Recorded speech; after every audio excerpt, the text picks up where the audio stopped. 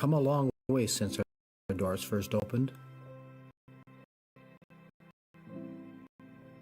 Though our beginnings were modest, our vision was bold. With each passing decade, we grew. Times changed, and we adapted. We evolved,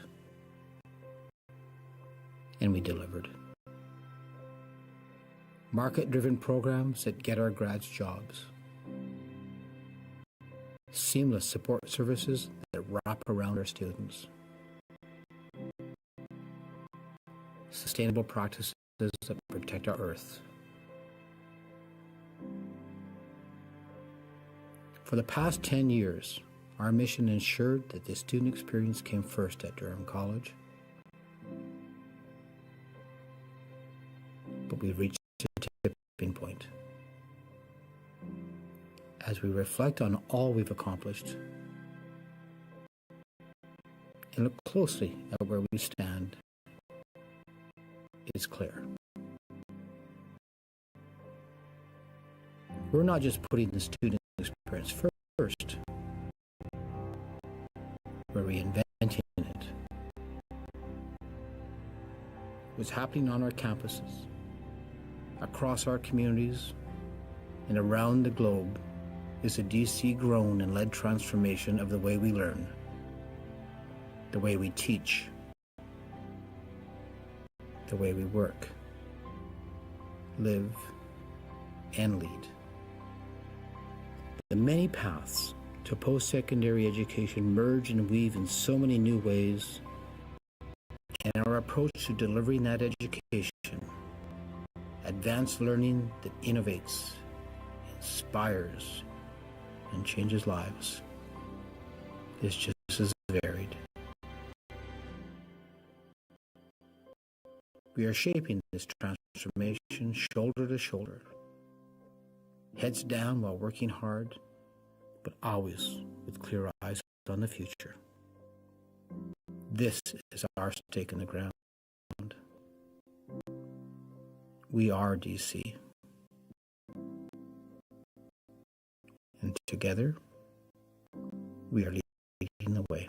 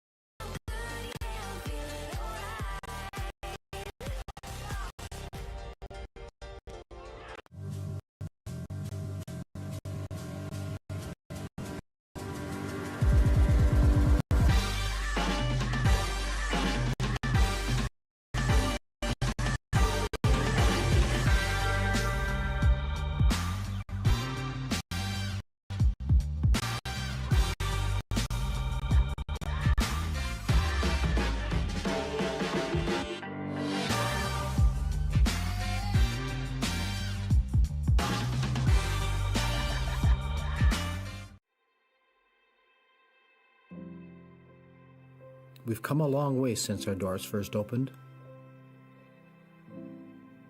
Though our beginnings were modest, our vision was bold. With each passing decade, we grew. Times changed, and we adapted. We evolved, and we delivered. Market-driven programs that get our grads jobs. Seamless support services that wrap around our students. Sustainable practices that protect our earth.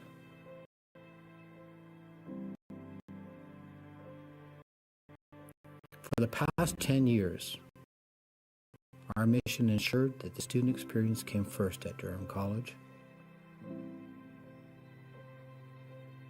But we've reached a tipping point. As we reflect on all we've accomplished and look closely at where we stand, it's clear. We're not just putting the student experience first, we're reinventing it. What's happening on our campuses, across our communities, and around the globe is a DC-grown and led transformation of the way we learn, the way we teach, the way we work, live, and lead. The many paths to post-secondary education merge and weave in so many new ways, and our approach to delivering that education, advanced learning that innovates, inspires, and changes lives, is just as varied. We are shaping this transformation shoulder to shoulder, heads down while working hard, but always with clear eyes on the future. This is our stake in the ground. We are DC, and together, we are leading the way.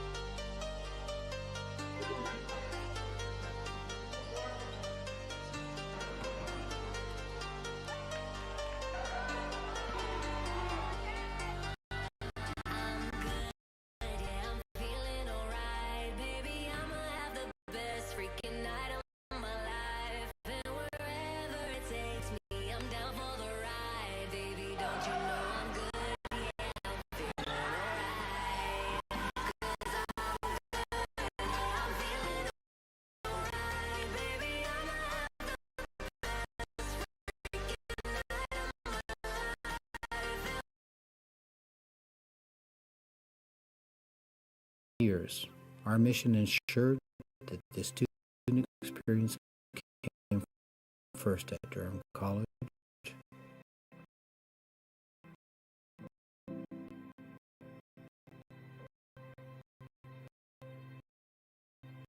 But we've reached a tipping point. As we reflect on all we've accomplished and look closely at where we stand,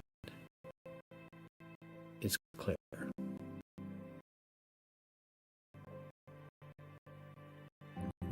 We're not just putting the student experience first, we're reinventing it.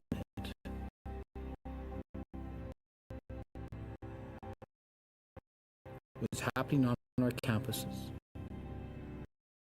across our communities, and around the globe is the DC grown and led transformation of the way we learn, the way we teach, the way we work, live,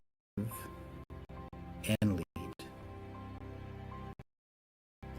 The many paths to post-secondary education merge and weave in so many new ways, and our approach to delivering that education,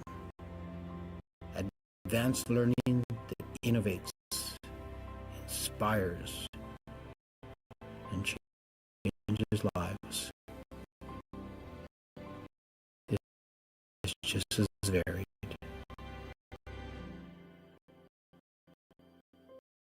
We are shaping this transformation shoulder to shoulder,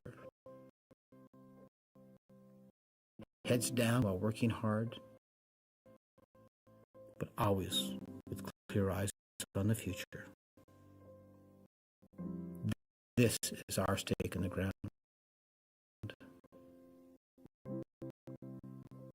We are DC, and together we are leading the way.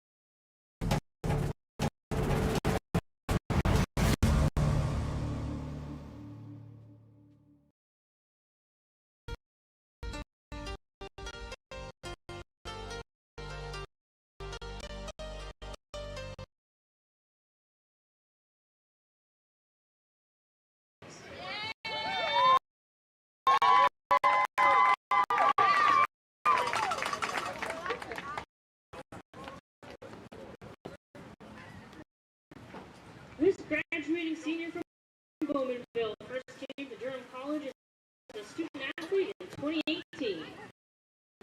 Since then, she's been an integral athlete on the field and a leader off the field for the Lords over the course of 4 seasons.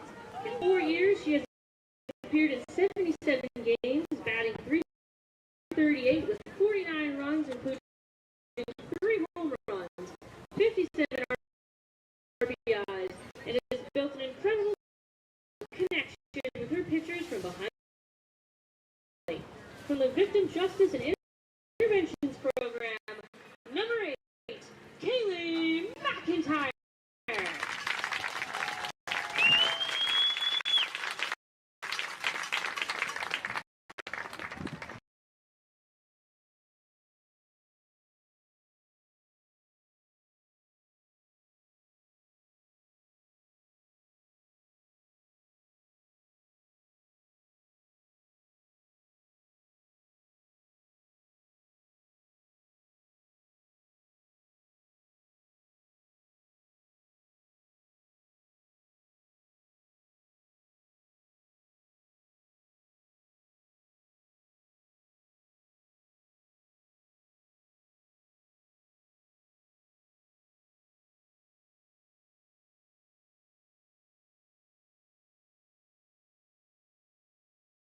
Runs, 23 RBIs.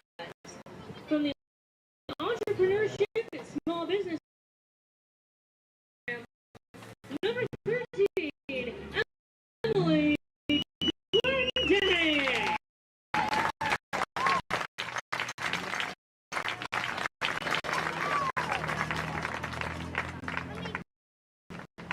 Emily's dad has written a letter for Emily and has asked that it be read out. So, Emily, the following letter is from your dad. Dear Emily, from basketball courts to softball diamonds, that has been your life to this point. graduating senior night. This marks your last games here at Babcock Field, a place you have called home for 5 years. The place where you arrived as an 18-year-old kid and are leaving a mature woman. The experiences that you have had both here, across Ontario, and Canada playing for Durham College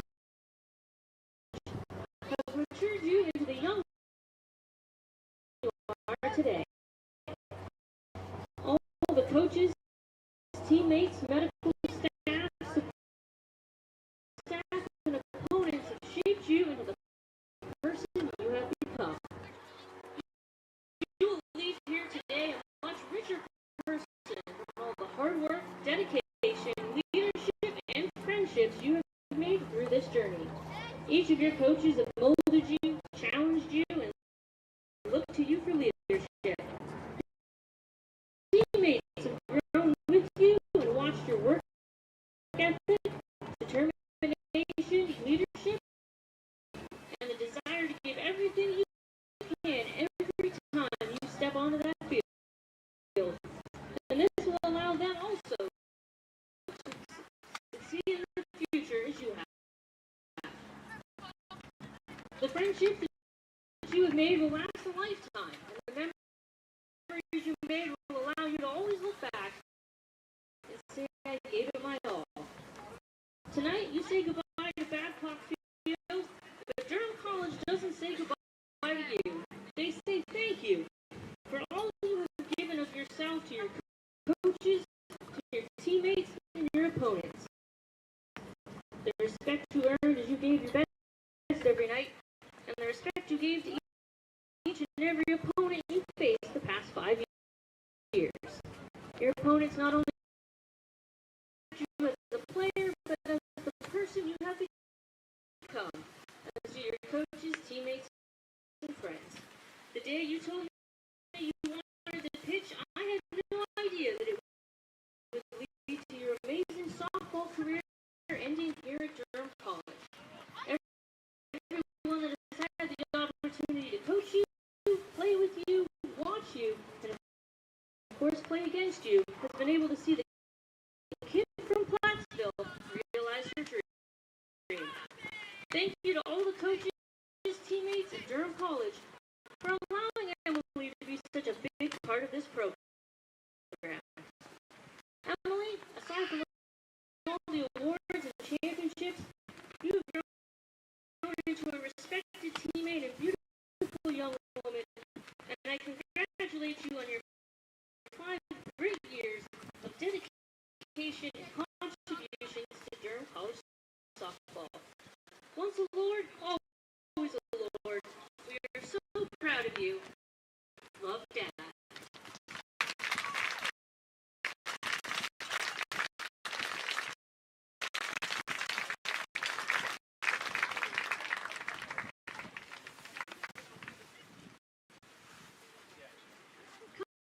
Coming to Durham College from Whitby, our next senior is a graduate of Sinclair Secondary School. Over the past 3 seasons, the outfielder and first baseman has compiled a .298 batting average in 74 games played, with 46 runs and 38 RBIs. From the General Arts and Science program, number 22, Abby Softball.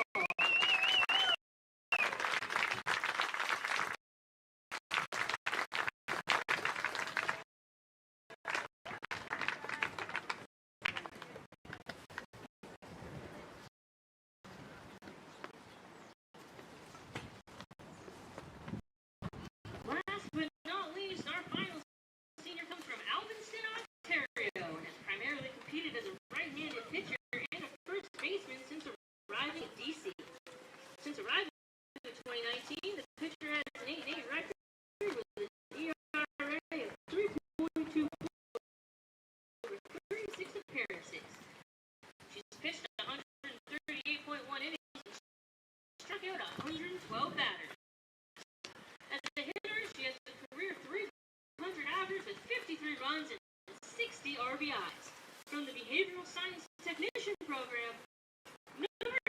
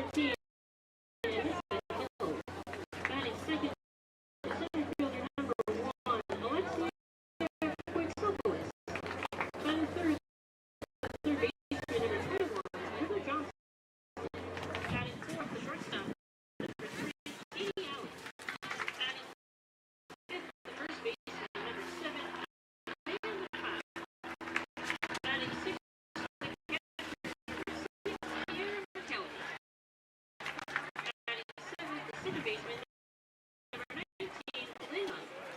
Batting eighth, the right fielder, number 9, Holly Davis. Batting ninth, the starting pitcher, number 11, Charlotte Arnott.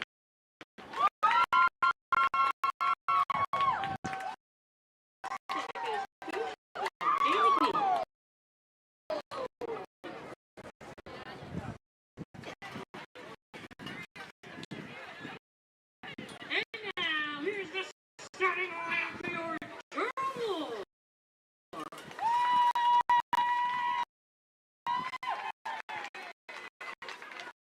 Leading off the third baseman, number 16, Gracie Hearns.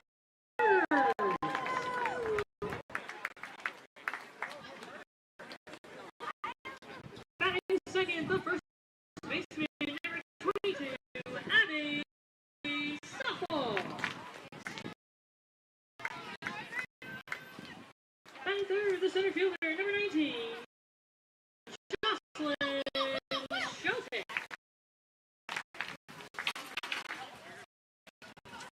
Batting fourth, your starting pitcher, number 29, Sydney Reddick.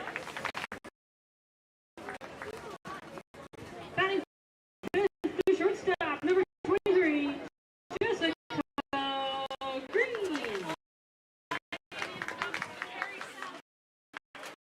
Batting sixth, the right fielder, number 2, Louis Showers.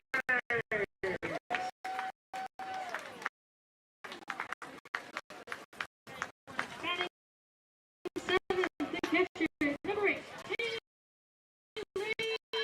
McIntyre.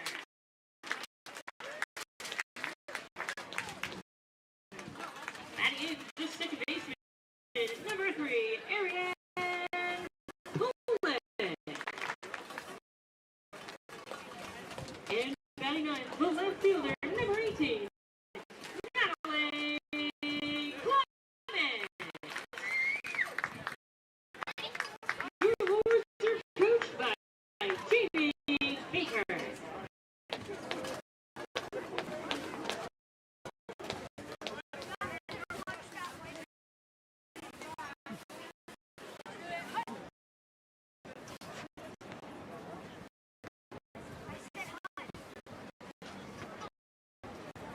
We recognize the lands on which we gather are covered under the Williams trees and rest within the traditional territory of the Mississaugas, a branch of the Anishinaabe Nation, which also includes Algonquin, Chippewa, Ottawa, Ojibwe, and Potawatomi.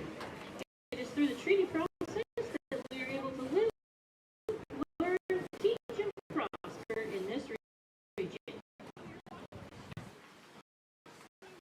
And now, at this time, could you please rise and remove your hats for the pledge of our national anthem?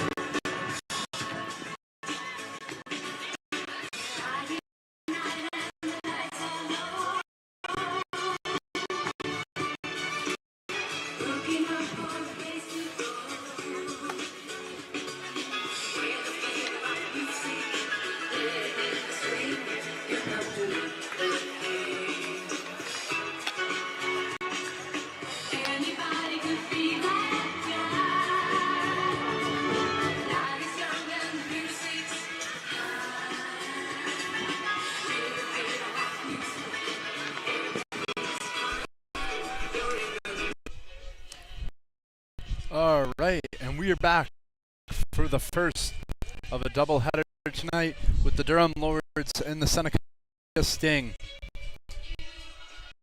There's quite a few things going on at the field tonight. We got a pretty good turnout. So we got renaming of the field to Babcock Field, which will happen in between games. We got beach night and seniors night. And that's going to be first pitch in. On the mound for the Lords, we have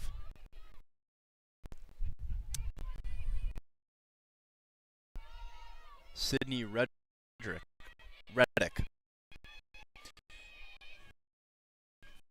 who's actually her senior night, one of the four graduating for the Lord, and that's going to be ground out there. And Alyssa Hill, a Seneca Sting, will ground out for an easy, quick out.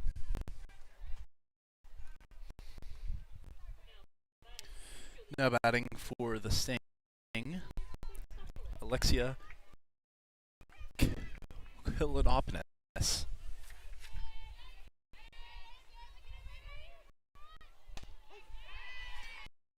It's going to be strike one there for Sydney Sting.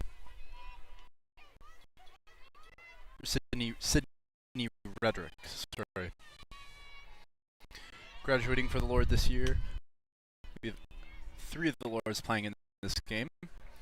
We have Abby Suffel, Sydney Reddick on the mound, Kaylee McIntyre, who's catching, and then who's not in the game, we have Emily Glendenning, who potentially we could see on the mound for the second game. There's going to be a strikeout for Sydney, versus potentially many.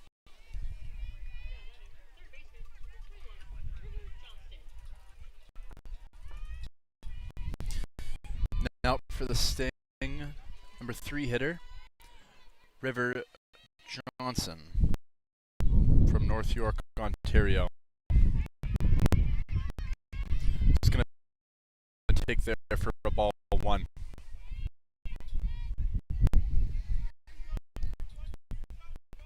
Good breeze here, but still not too cold. We'll see how it goes for the rest of the night. It's going to be ball inside there.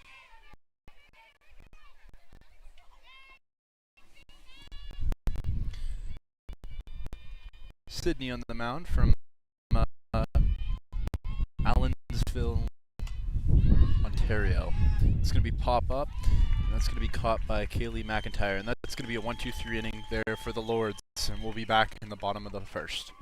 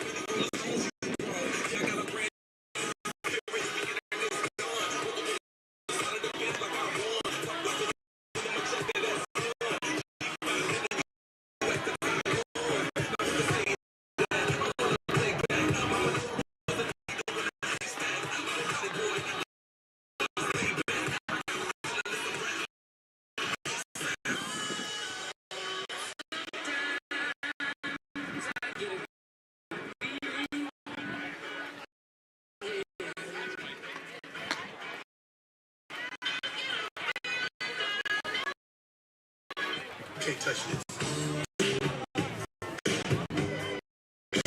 Can't touch this.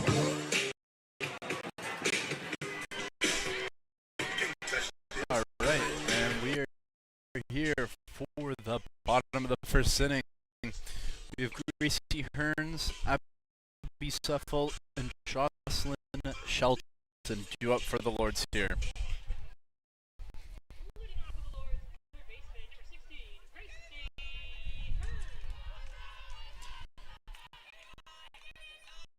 And the Lords bench has a chance going early. She's going to draw a bunt, but pull back in time for ball one.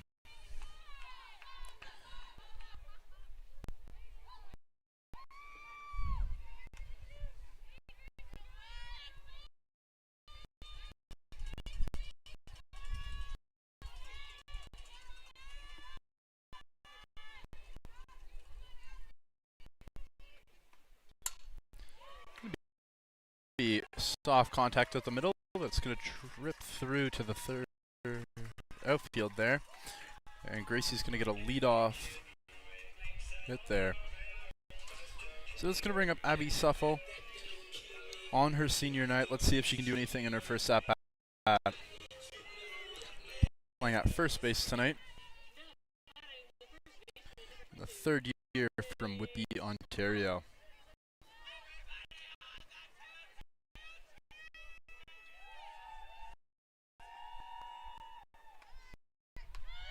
Be high. Gracie going, and that throw is high, and Gracie just got a great jump there, so she's going to be able to get second, be able to get in scoring position there with no out. Heads up base running there by Gracie. Coach Jamie Baker for the Lords on third, giving the signs.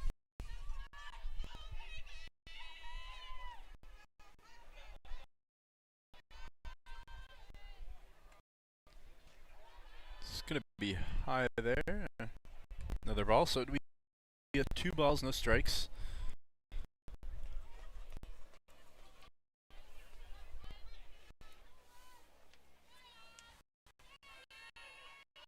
Steps out, looks at the signs. Pitcher set. I'm going to do a bunt, just barely any contact, so that's going to be a foul ball there. I believe scoreboard has it at 3 balls, but umpire did rule that as, there we go, scoreboard's got that correct. So 2-1.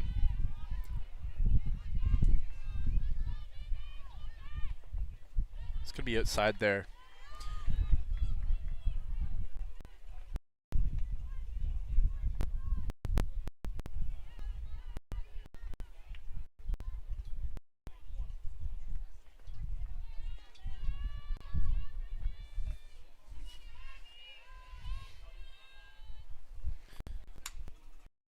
It's going to get fouled off, I don't know, 6 feet from the Lord's dugout, third base side.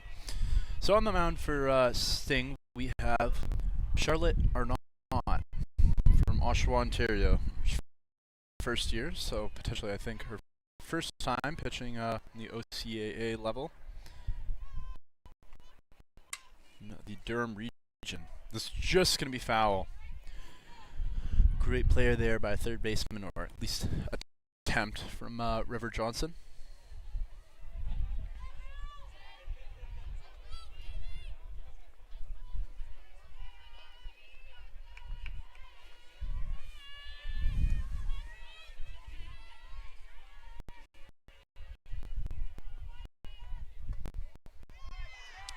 It's going to be outside there.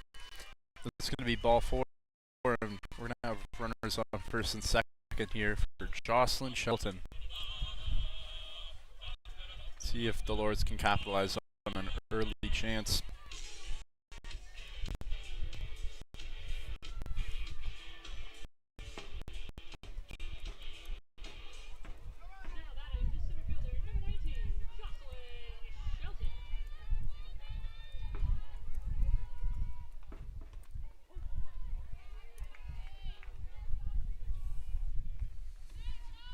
It's going to be a strike there to start off the at-bat.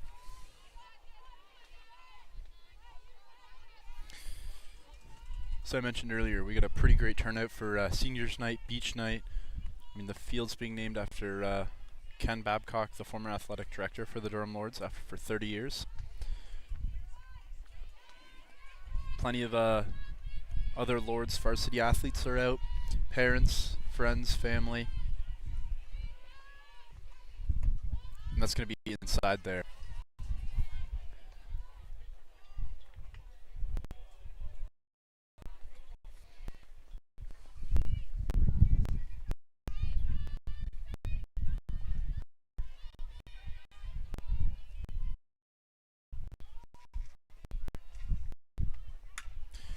And Jocelyn's just going to get that. Runners are only going to be able to advance no out. They're only going to be able to get one bag there. So we're going to load the bases up here for Sydney Redrick.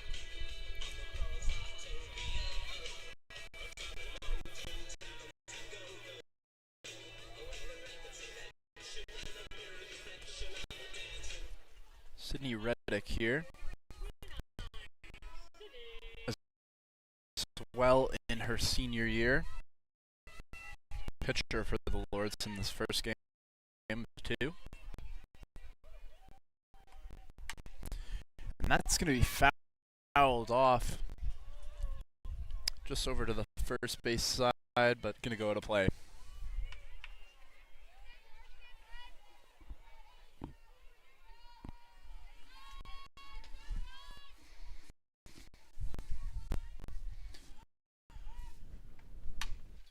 That's going to be high, just in between first and second in the outfield.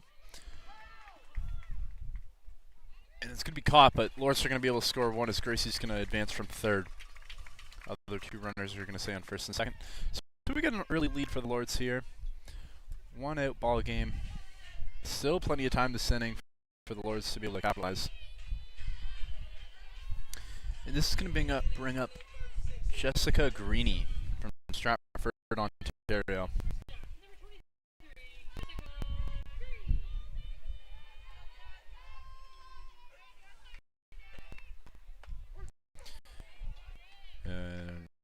Early called strike there. Looked a little now, but calls the call.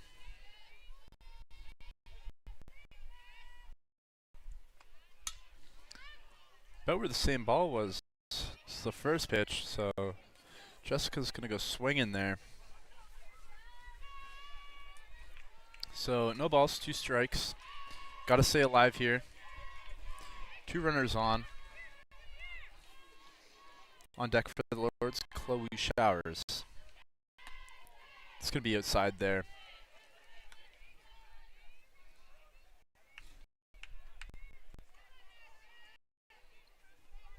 I mean, from the first batter, I mean, every batter up until this point, the Lords bench has been making noise. They've done it all season, and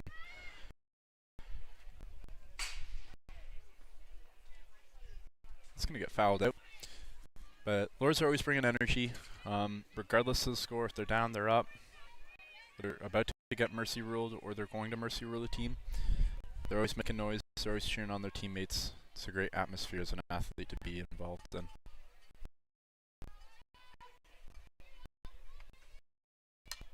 This is going to be fouled up in his stance there, just wide.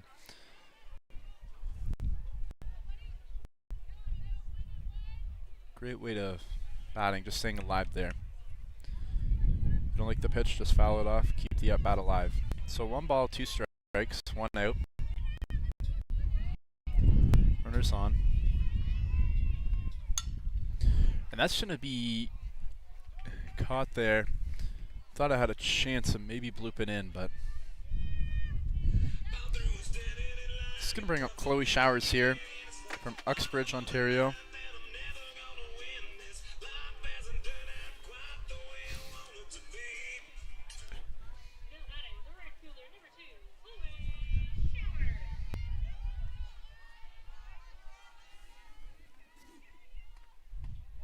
This is going to be low in and there. Just playing some games on base there. Catcher runs it out.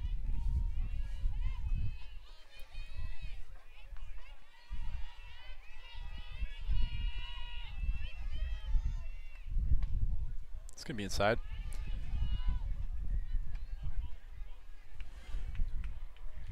I'm not sure. I believe that's Abby Suffel on second there.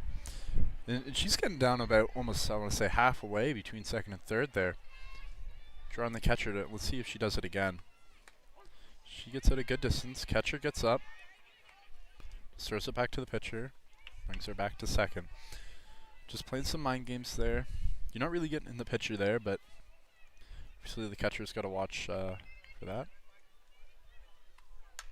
It's going to be up, and center fielder's calling for it. It's going to be caught. And through one inning, the Lords are going to be up 1-0. And we're going to be back in the top of the second in a few moments.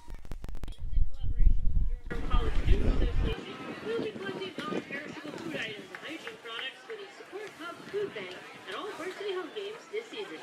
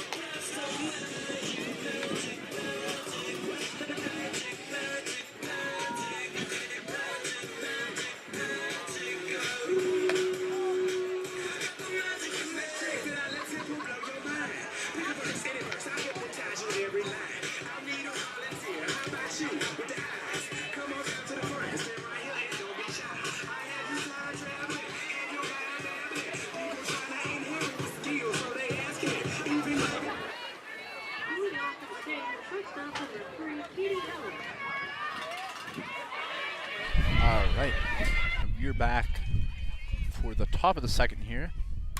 It's going to be up, and that was Katie Allen from New Brunswick. A little bit of a confusion there on the base, but it is caught. Everyone looks good. I believe that's Jocelyn Shelton who got it, with Jessica Green, who's also calling for that on the play. Everyone's good. And this brings up Leah McLenald, and that's going to be fouled off over to near the bathrooms, hitting the bathroom there, and bounce over to the barbecue.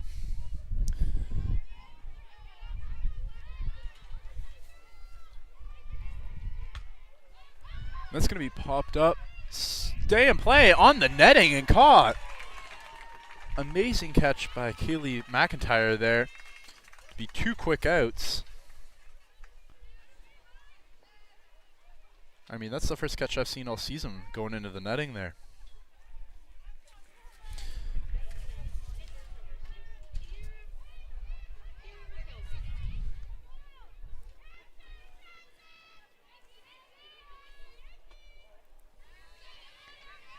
And this can bring up Kira Malviki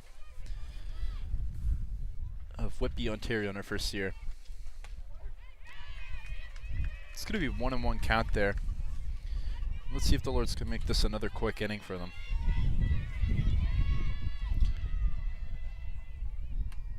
It's going to be up high. Kira playing catcher today, listed on the Seneca Sting website as a first base in her freshman season. Good swing and a miss there. So we got 2 balls, 2 strikes, 2 out. Fans still trickling into the ballpark there. Seating is getting a little tough.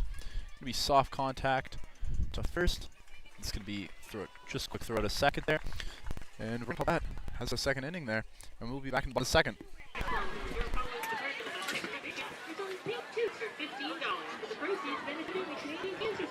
Purchase your tube online today at durhamlords.com/think.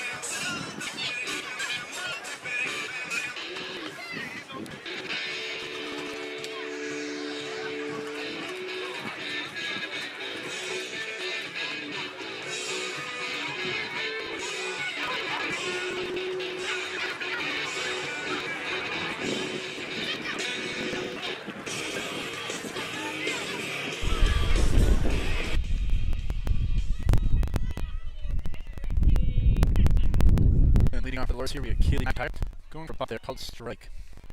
Keeling down on there, look for signs. Step back in. Durham's mentioning Keeling there. It's going to be taken away. In case you're unaware, we'll come back this week after past weekend in Victoria, British Columbia, and Nationals. We finished second. It's going to be taking ball there. We're looking about like 10 more minutes of sunlight here before we're going to go to just lights in the stadium.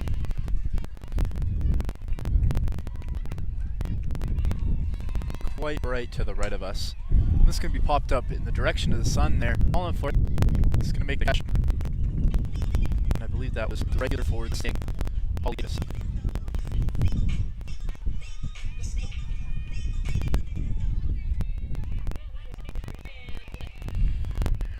Poulin. It's going to be called strike on the inside of the plate there. Second base for the Lords.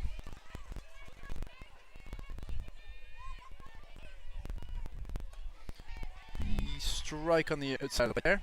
Not too early in that. No go around the baseline. Get the signs. And Leaf's going to foul that one out there. So keep the at-bat alive. Step out. Going to be a quick chat with Coach Baker there. During this quick break, I'm going to shout out my mom and dad. You guys are tuning in. Thanks for tuning in, guys.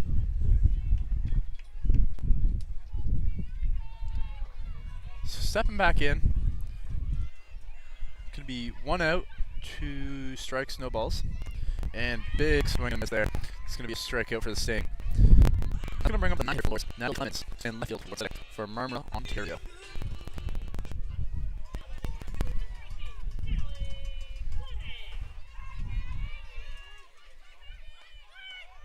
Draws bunt, but pulls it back in time. I believe that was a called ball.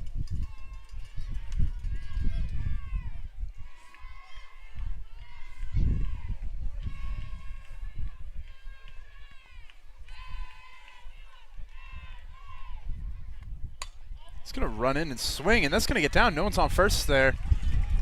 So first spin for a Sting. Leia McDonald ran in on the thought of a bunt there. Let's bring up the order for the Lords again. Gracie Ernst.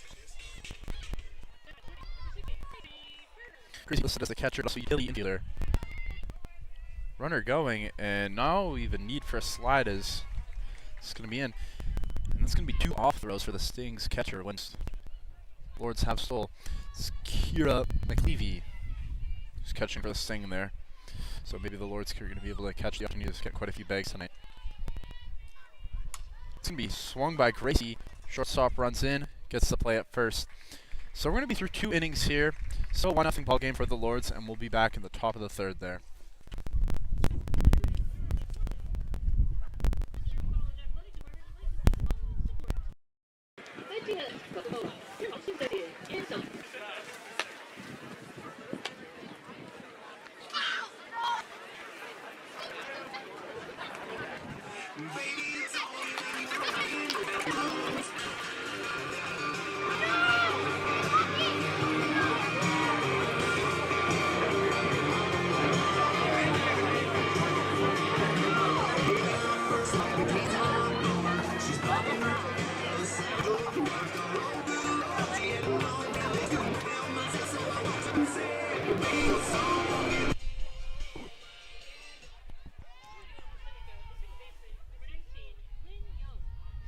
And Lin Young's going to lead off and go swinging early. That's going to be a single there for Lin. So an opportunity for Sting to be able to do something. Slinks over to the first base to get the Sting are. Maybe rally up the troops. Now coach for the Sting, give him the signs. I'll give it there to bat. Leslie Piper, giving the signs to the batter there and runner first. Going, bunt, but off the netting there. I had the pleasure to talk to Leslie Piper, head coach of the Sting, over email. We were able to do some questions. I'll be able to through the broadcast through this game and the next game. And gets down with the second. No play. Gracie's going to throw it over to first. And now we get back though. And we got almost a bit of a situation there, but able to get out of it. There's going to be a runner on scoring position now. And I should bring up Charlotte Arnott, the pitcher for the Sting. Big smile on his face there, getting sense to the pitcher. It's going to be ball aside. Leslie steps off the base on second there. Or Lynn, sorry. Steps off base. Trying to play some mind games. Keep my character for the Lords. Not really into that much of it. Roll on third. By a mile. What a play by the Lords. I know what's going on there, but wow.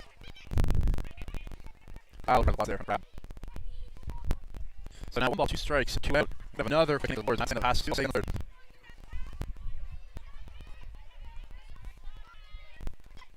It's going to be strike 3 drop there. Play at a first, and it's going to be a quick thing for Lords there. And we'll be back on to the third moment.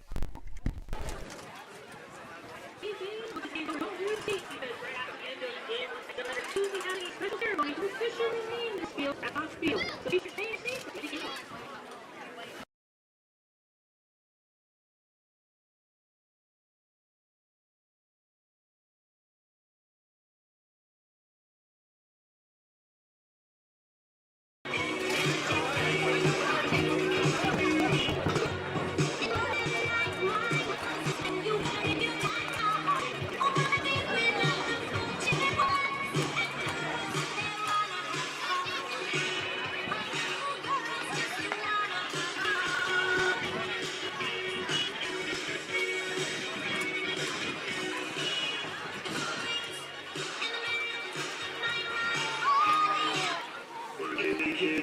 hands safe.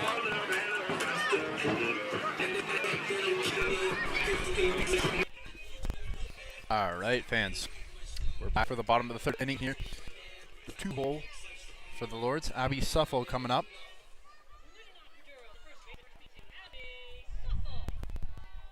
Abby lists as an outfielder, but also first base. I think first base tonight. I mean, with all the festivities in between games, we still have fans rolling in packs. It's gonna be a strike there. Interesting call by the umpire, but it is what it is. So 1-1. A little bit of run into that, and this is gonna get by second there, and Abby's gonna get on for leadoff single again. It's gonna bring up John Shelton from Ontario.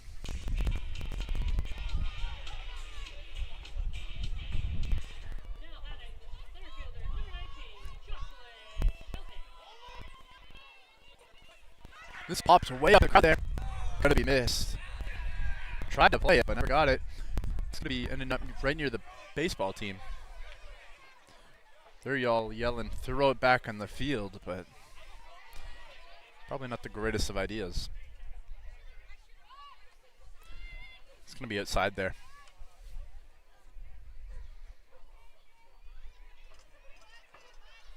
Coach Baker giving the signs.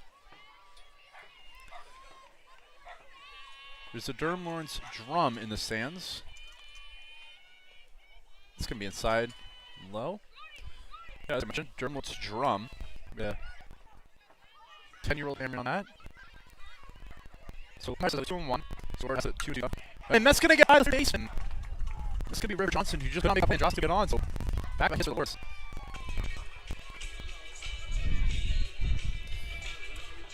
And that's going to bring up Sydney Redrick.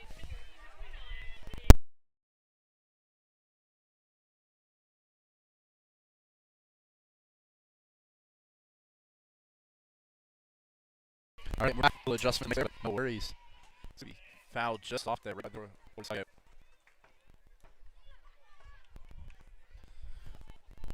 Sydney, start catcher for the Lords.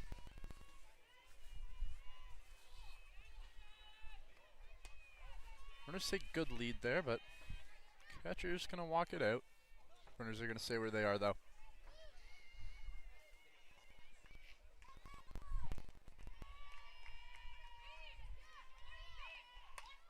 And it's going to be a good contact down the line. Foul. And let's see who tried to make the play on that. Be the left fielder, so Melissa Hill, the Sting, who's just going to make that play down the line. Probably 170 feet on the line there. Probably catch it basket style. But no luck there. And Sydney's going to get a piece of that, and that's going to be going over the center fielder. And that is a home run for the Lords. And Lords dugout's going to empty out. And Sydney on her senior night is going to knock one out of the park, and they're going to huddle all around the bench. And they're going to also right there. One moment for the Lords in Sydney. This is going to be a free run right there. Wow. And the energy in this crowd and the Lords dugout has certainly rose. So Jessica Greeny's coming up to the plate here. It's going to be ball high and outside there. Shortstop for the Lords. Listed as third base and shortstop. Good eye there. Take it outside. Got the mascot for the Lords down right near the Sting's dugout, third base side. It's going to be high and foul. It's going to be 21 for the Sting, who makes the play there. So River Johnson.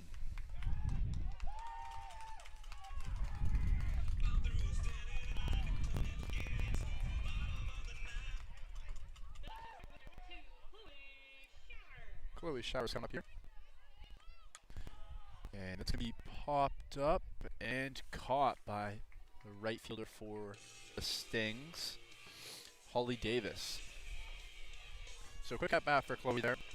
Nonetheless, Kaylee McIntyre, the catcher for the Lords, who's had quite a game up this point. Catching a runner on third there, as well as a diving defensive play into the netting. Ball side. A play like diving into the netting to catch a foul ball, I mean, you can practice it, but in a game environment of probably the biggest turnout we've seen for the Lords all season, in their home finale.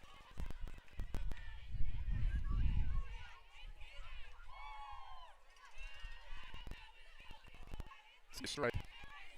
A little outside, but as you can see, we're angled up right where you guys are with the camera. Maybe 40 feet up. Two stories up, 40 feet from home plate. Not as good as a view from the umpire, but we do have a good angle of at least what's over the plate, maybe not. High and low. Take a good swing by Kaylee there.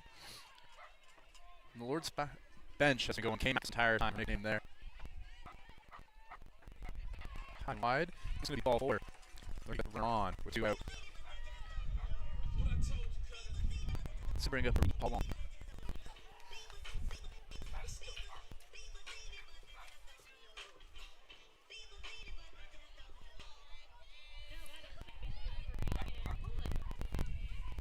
Starting at second base, let's say. It's going to be fouled up. 2 feet on the first base, I have to say.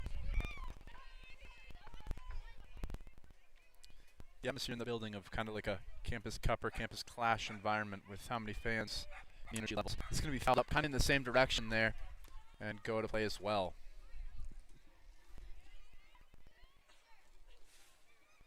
Crowd's just got a energy. There's energy in the air tonight. There's a charity bake sale going on. Softball practice squad, as always, is out there. There's another barbecue. First 50 fans into the Babcock Field tonight. Got a souvenir seat cushion. 2 strikes. Going to be fouled off again. Great way of staying alive there. And that ball's going to go down into a little bit of a creek there.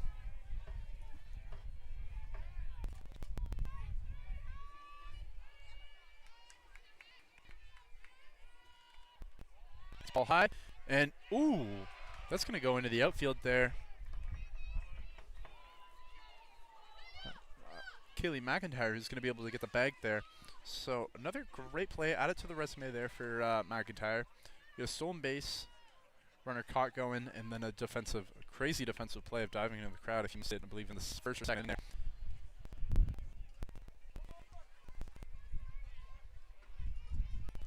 So 1 ball, 2 strikes, 2 out. It's going to be ball aside. McIntyre doing a little bit of that shuffling on second to third, but I'm going to back to the second. It's going to be ball up high, make that count. Be full there. So we'll see McIntyre running on the pitch. And it'll be popped up. Second baseman calling for it, and that's going to be caught by Lynn Young for the Sting. So we'll be back in the top of the 4th there. So we got a 4-0 ball right now. We'll be back. Durham College varsity teams in the process.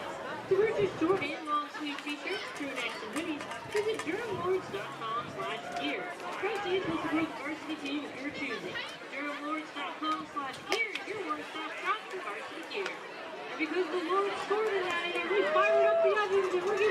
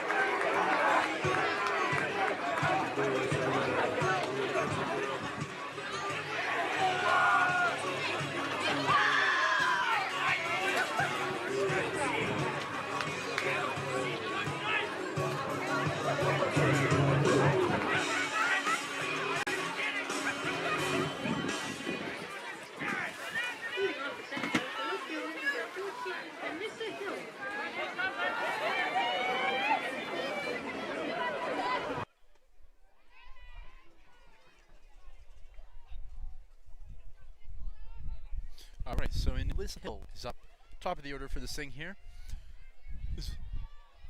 Sydney's going to be able to get an early strike on her. It's going to foul that off, and we're already in an 0-2 count.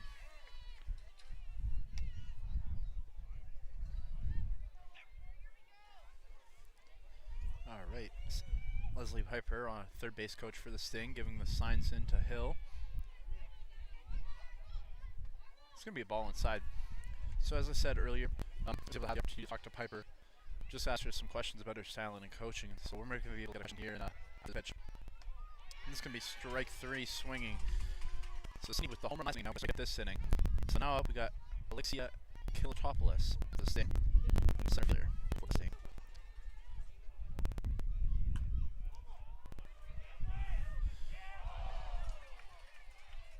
It's going to be fouled off there. Good try of effort there. So when I was looking through the crowd there, we got, I believe, the entire baseball team showed up. We got a few rugby players turning up. I believe I saw some of the coaches for volleyball, coaches for every other team. A lot of the athletic directors are here in the athletic department. It's going to be high in. So when I was talking to Piper there, the head coach of the Sting, we were just talking about, she kind of looks up to Coach Patty Glasso of the Oklahoma Sooners. She said she'd do so much just to be able to spend 1 week with that team and just be on their bench. She really admires their energy and their commitment and excellence, both on the field and off the field. She said it fires her up.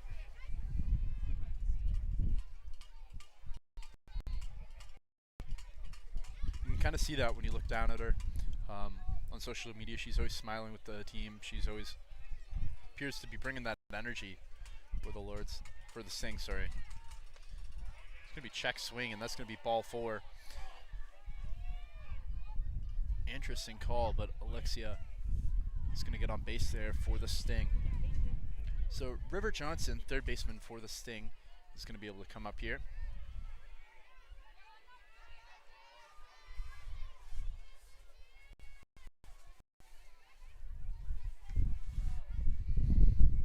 One out, runner on first. Ball just outside. McIntyre for the Lords catching. Tries to frame that pitch up.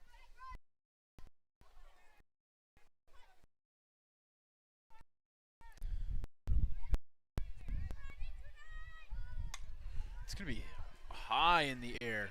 I believe it's going to end up in the Lord's dugout down there, just on the left field side of the field.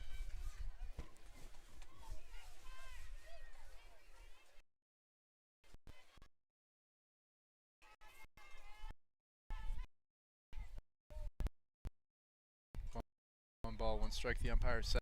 And I should have brought some gloves because my fingers are starting to get cold.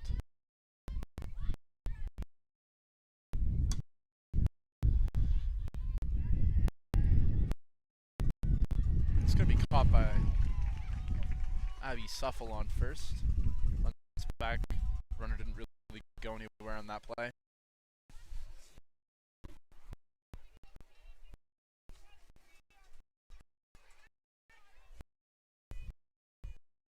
I believe as I look at myself on the left-hand side of this field, parking lot a little smaller than that.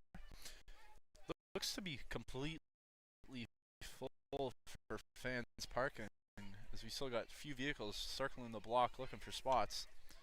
So let's hope no foul balls end up going into that parking lot this evening.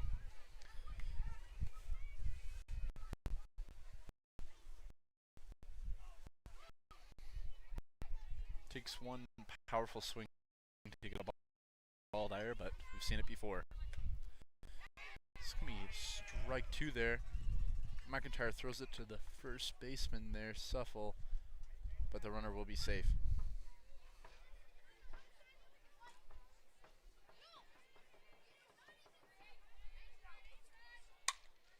It's going to be to third base by Gracie Hearns to Suffle. He's not going to get the play. And on the same time, Lixie is going to advance to third. So we got runners in the corner, 2 out. Great base running there by Alexia to get on third. I mean, 2 out situation, you got to keep going. She does just that.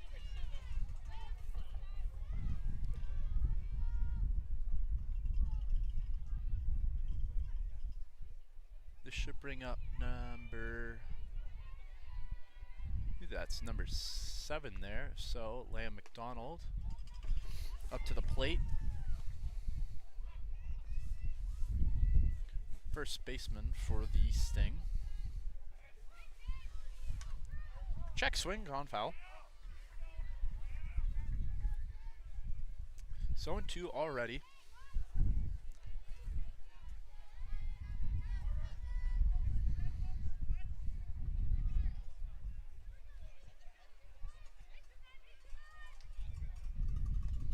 Ball outside.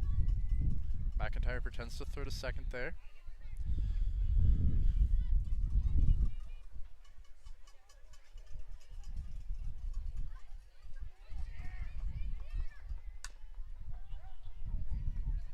Foul ball.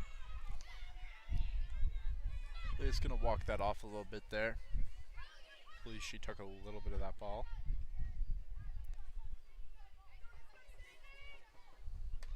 Ball outside, runner going.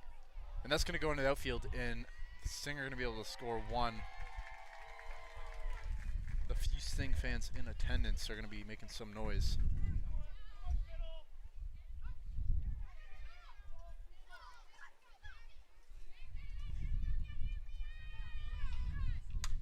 It's going to be popped up in the stands.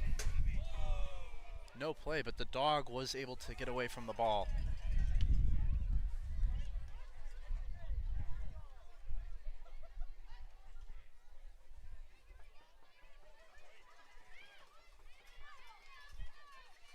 So 2-2. It's going to be up the middle, and they're setting the runner. Runner's going to stop. McIntyre's going to throw to... okay, all runners are going to stay on the corner there.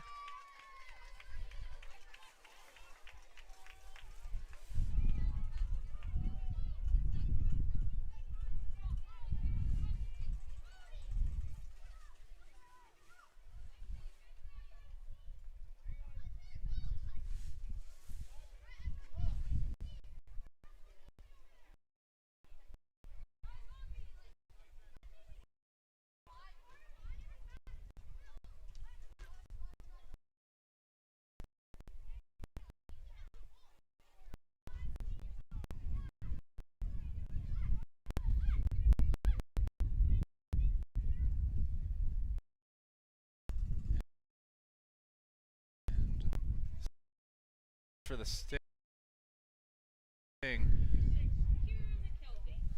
Bit of a delay there, but that's because Kira is the catcher for the Sting, so presumably with 2 out, had to take off either chest protector or knee pads.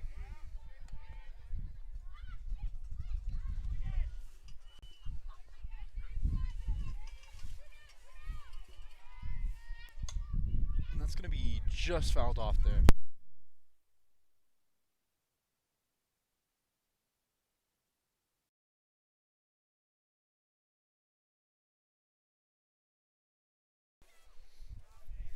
Alright, after a quick coughing break there by me, it's going to get fouled off again. So 0-2, 2 out. Sydney and the Lords are really trying to keep this at a 4-1 ball game right now with runners on the corner.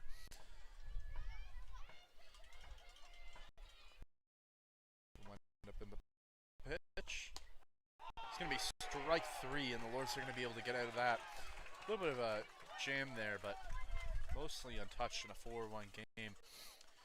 We're going to be back in the bottom of the 4th in a moment.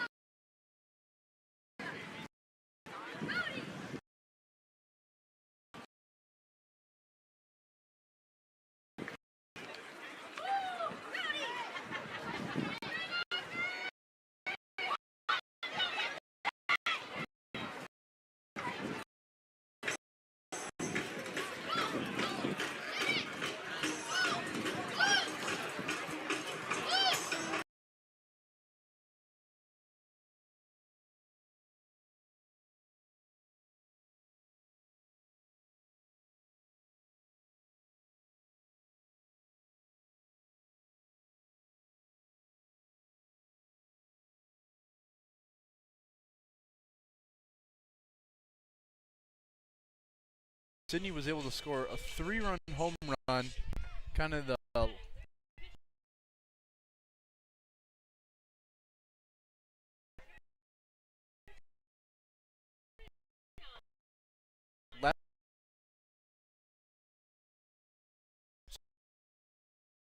field, center field, kind of in the middle there. She was able to score, I believe all the same runners were on. It's going to be outside, and Jocelyn's going to advance to second there with no throw.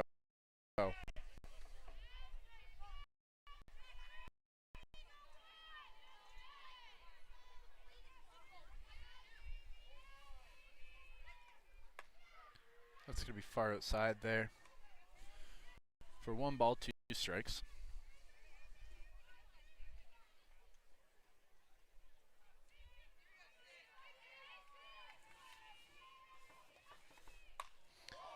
This could be fouled way out. Slams off the bathroom. Someone in the stands yells fire in the hole on that one.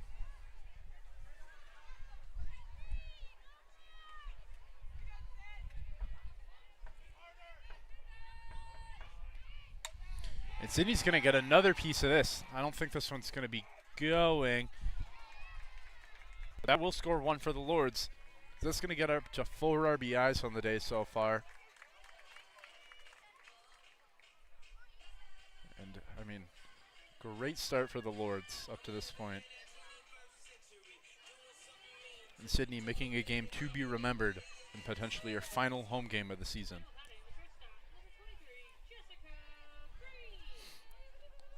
So shortstop, Jessica Greeny up to the plate with runner on third.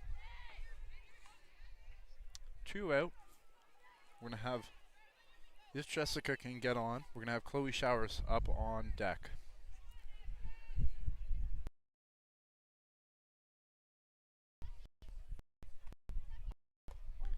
It's going to be strike outside there.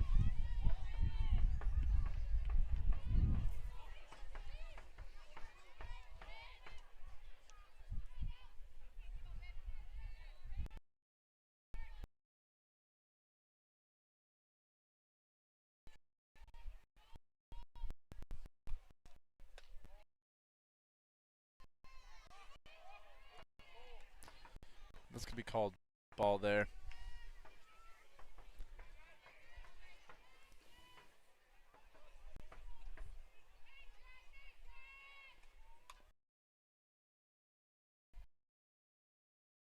This could be fouled off, stay alive there. Kind of getting the inside, just about the hand.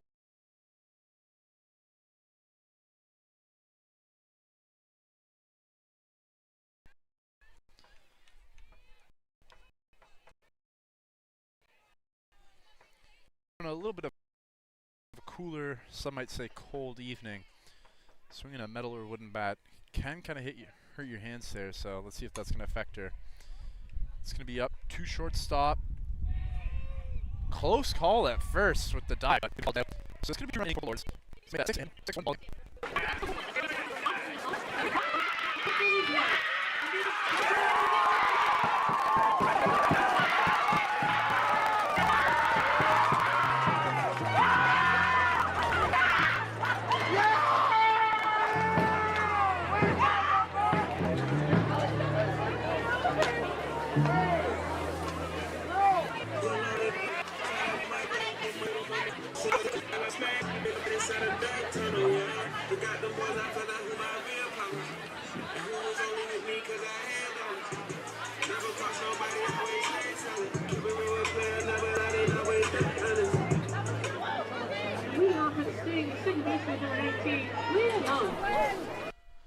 All right, Lynn Young, first pitch swinging. That's going to go to second base. It's going to be a 4-3 out there. First pitch swinging.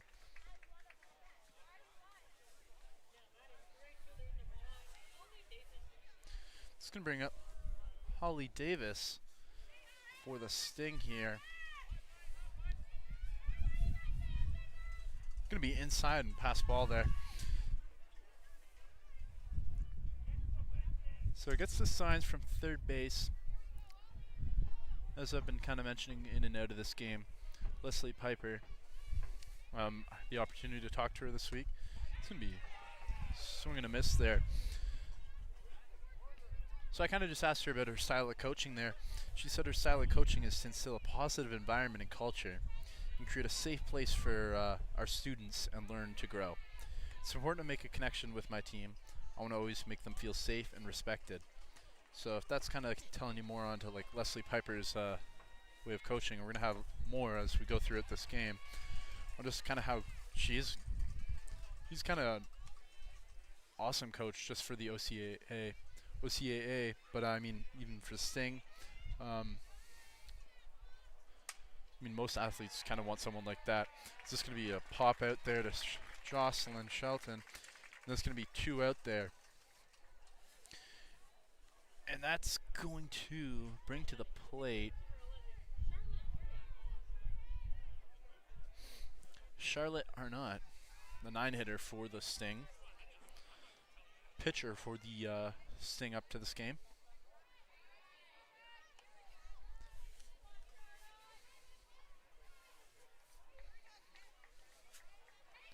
I mean, as we look down and Piper's on third base as the third base coach, just always positive. I mean, I can't remember a point in this game where I've looked down at her and she's not smiling or there's not a positive attitude. I mean, some coaches' perspective might change in a 6-1 ball game, but this is going to be another strike there. So 2-2.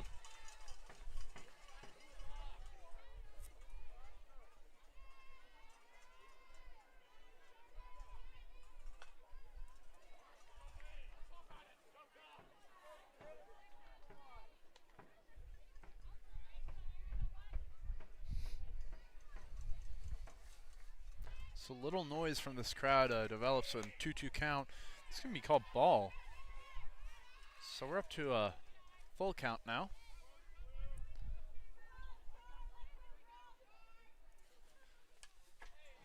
Fouled off there. Great way of staying alive.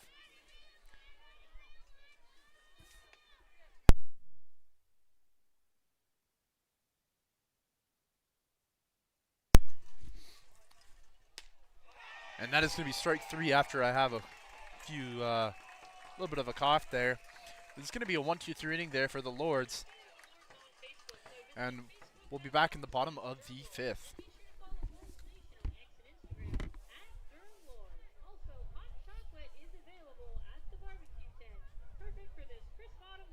Pick up some hot chocolate while you're over at the Charity Bake Sale and Barbecue.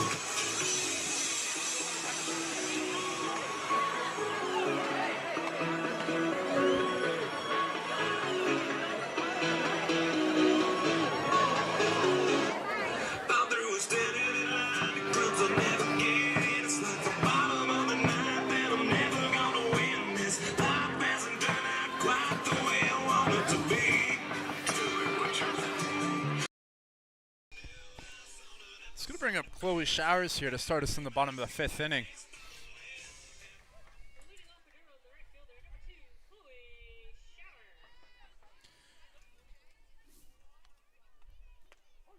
going to be strike 1 to start the at-bat there. We're going to have Chloe Showers starting right fielder for the Lords. It's a big amount of the 20 players. I mean, the entire baseball roster appears to have kind of just stepped out for the moment. But 0-2 in the count. And Showers looking to stay alive here. Swinging to shortstop. Throwing the dirt. And they're going to call her out there on first. Great effort of Showers being able to get the line down the line there. But nevertheless, Kaylee McIntyre's up here. Gotten on base twice tonight. I mean, caught a runner there and a amazing diving play all around. So far up to this point, I would argue a 5-star performance by Kaylee McIntyre.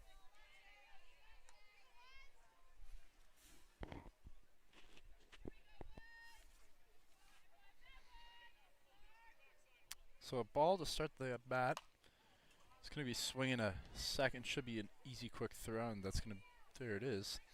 So 2 quick out for the Sting as they're going to try and hold this 6-1 ball game.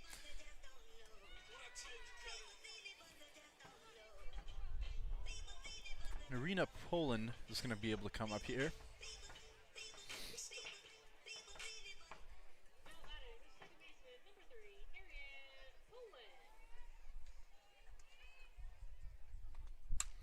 And that's going to be hit. Center fielder is going to call for it. That is caught, and that is going to be a quick inning for the Lords there, as we're going to head to the top of the 6th in 1 moment. Congratulations to our Durham College Athletes of the Week, presented by Subway, for the period ending October 8th. Sydney Reddick of the women's softball team and Queen Doherty of the golf team. Congratulations, Sydney!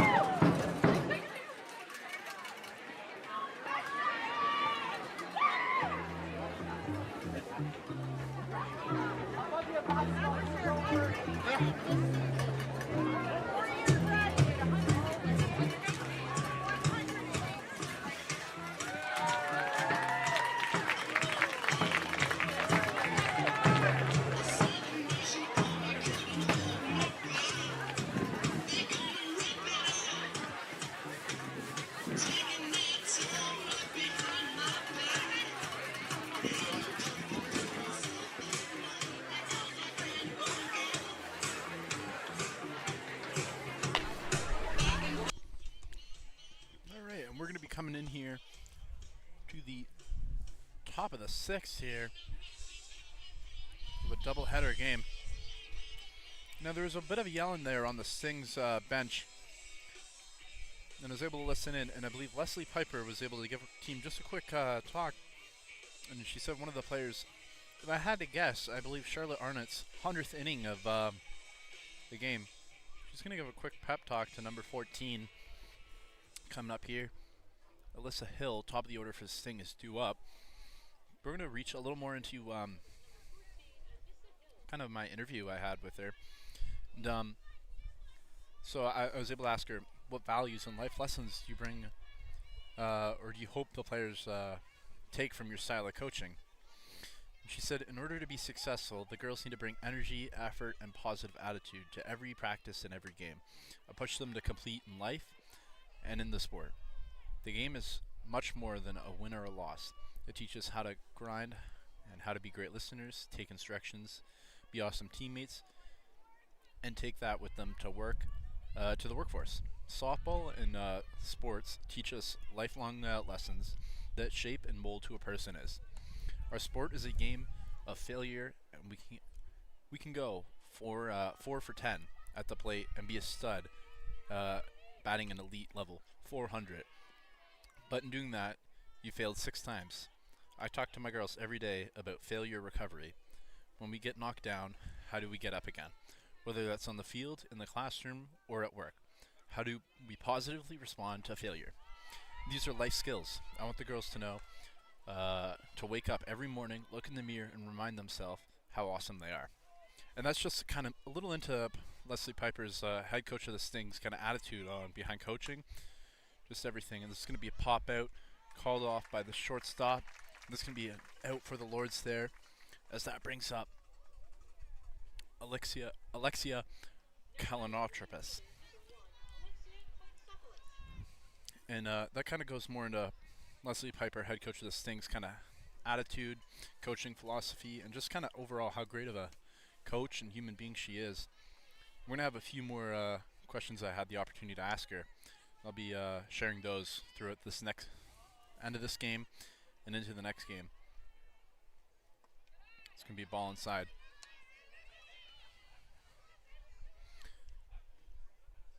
So 1-1, one out, and most likely Sydney Reddick's. This could be popped up over, hits the fence, and that's going to get protected by saving some orange caravan in the parking lot there.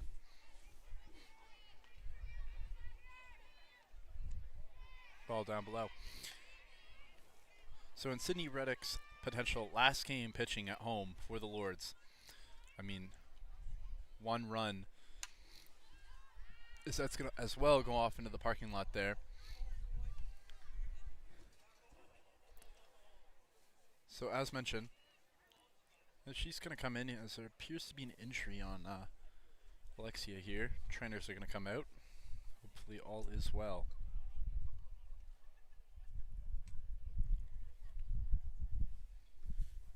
Appears to be her shoulder there.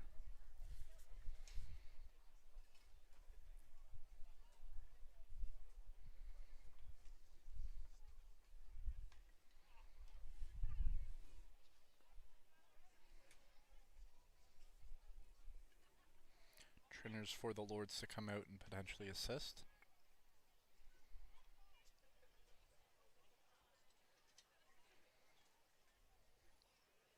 Crowd has gone silent as no one does want to see this.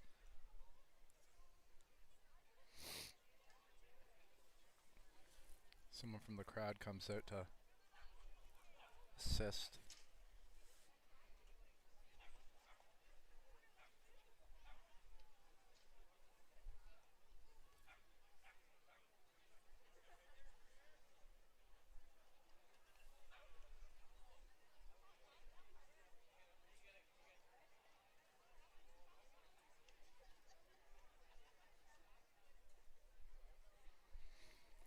So during this break, I think we're going to hop into another question that I had for head coach of this thing there, as you can see with Alexia, who's injured on this play. So kind of just said, do you have any superstitions as a coach? And she says, no superstitions. I want my team to look good, feel good, and move their feet. Good things happen when you move your feet and you're staying moving. I mean, saying like that is very true, but especially on a cool evening like tonight, it's going to be able to keep you warm.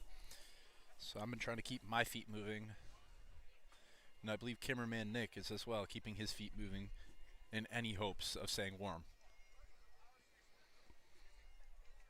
So as we do a quick scan of the field here, and kind of the stands, I believe we got a fan with a bagpipe over there by the concession stand with a kilt on. As I'm not sure if you are aware, during between games we do have a banner unveiling for Ken Babcock, former athletic director for the Durham Lords of 30 years, as the field will be getting renamed to Babcock Field.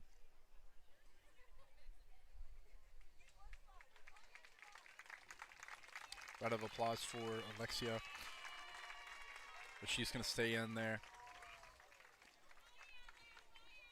And great to see her persevere here and going to be able to stay in this game. A few practice swings and she looks good.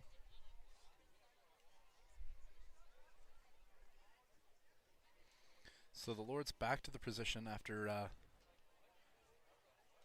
quick intermission there. But quick reminder, 2 balls, 2 strikes, 1 out. Let's see what can happen here.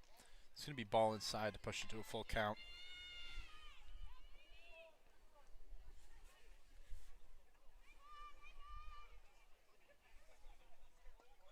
It's going to be ball 4. And the Sting are going to be able to get someone on. I believe Alexia is still kind of reaching in that elbow, kind of stretching it out. Don't think she's 100%, so great for her to be able to battle through an at-bat there. A little diversity in it. And this should be River Johnson of North York, Ontario here.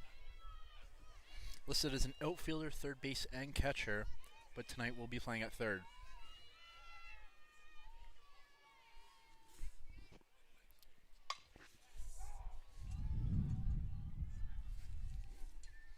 It's going to be fouled off there.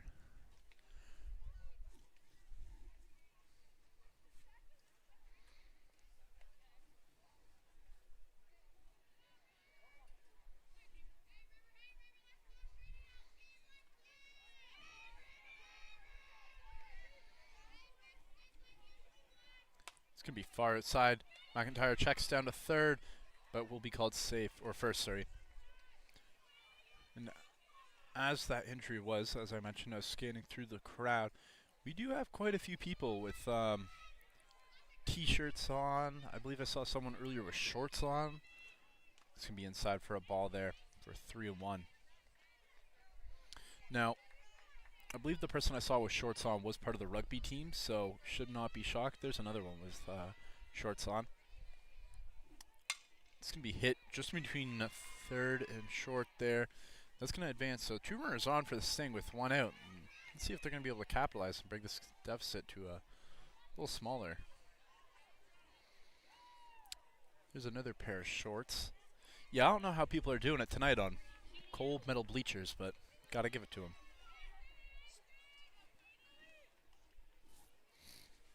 So Katie Allen of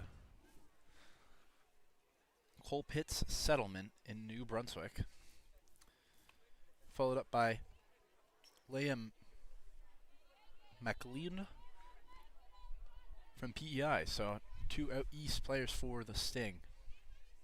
It's going to be swinging and a miss in the dirt there.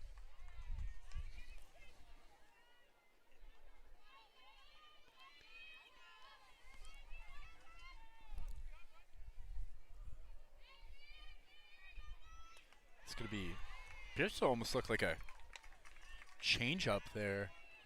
So that gets Katie swinging.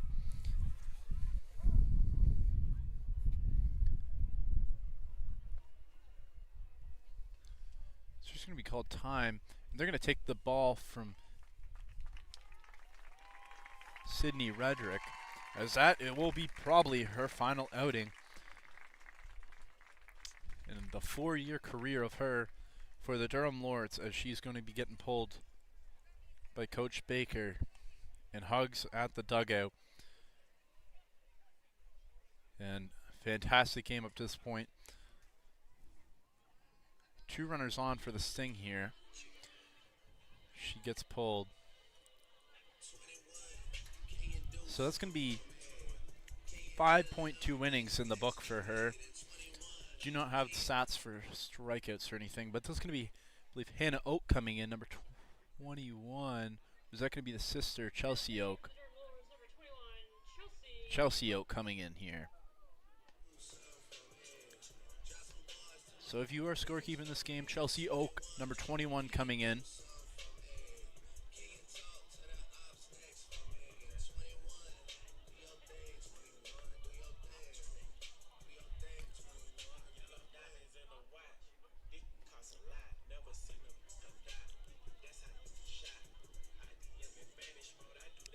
So at this little break, we're going to go to another question here.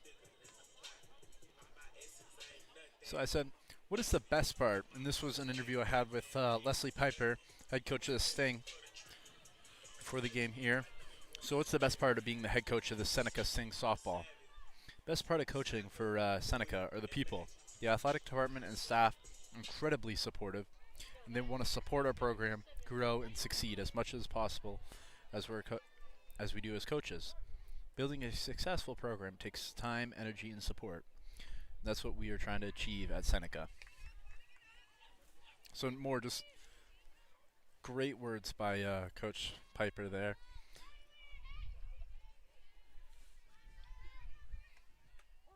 It's going to be called strike there.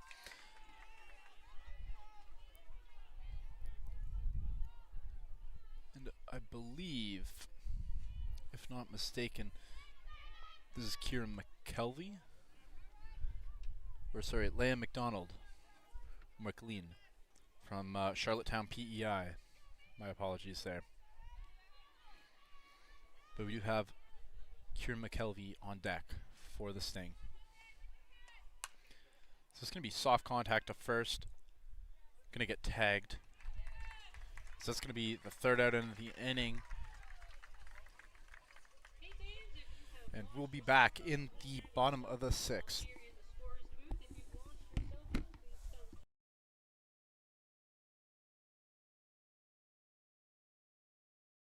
Ceremony to officially rename this field Babcock Field. So be sure to stay in your seats following game 1.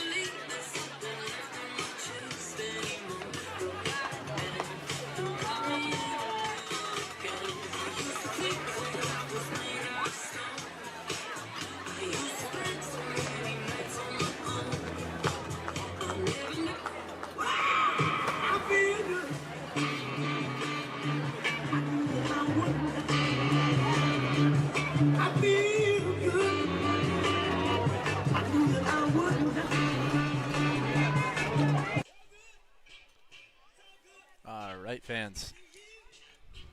And here we are for the bottom of the 6th inning here. Left fielder Natalie Clemens for the bottom of the order for the Lords.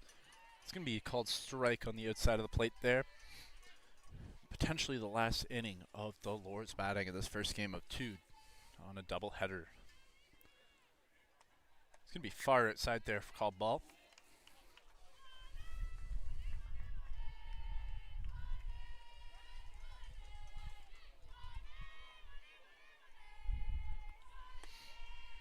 Another called ball there.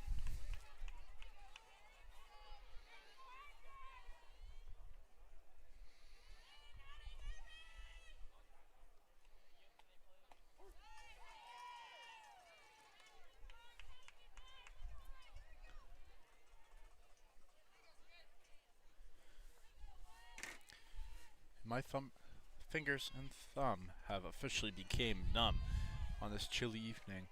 So full count for Natalie Clemens here. Anything close you got to swing? Anything else take?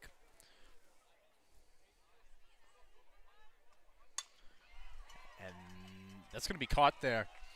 Kind of running in. And that would be the left fielder for the Sting. And Alyssa Hill.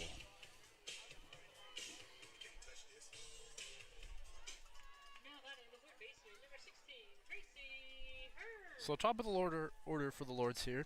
Gracie Earns, utility infielder and catcher, playing at third tonight. Drops a perfect bunt down. She's going to beat that out by a mile. No throw needed. In a 6-1 ball game, I would not be surprised to maybe see her take a bag here, with how aggressive they've been on the bases, and the fact Kieran McLeavy has not been able to catch anyone on base. So Abby Suffle here, the Whitby, Ontario native, and as we expected, first pitch going, Gracie Hearns is going to be able to get that second.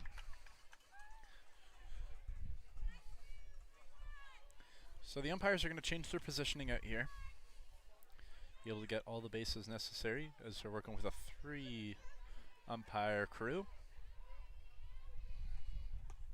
It's going to be called strike on Abby there.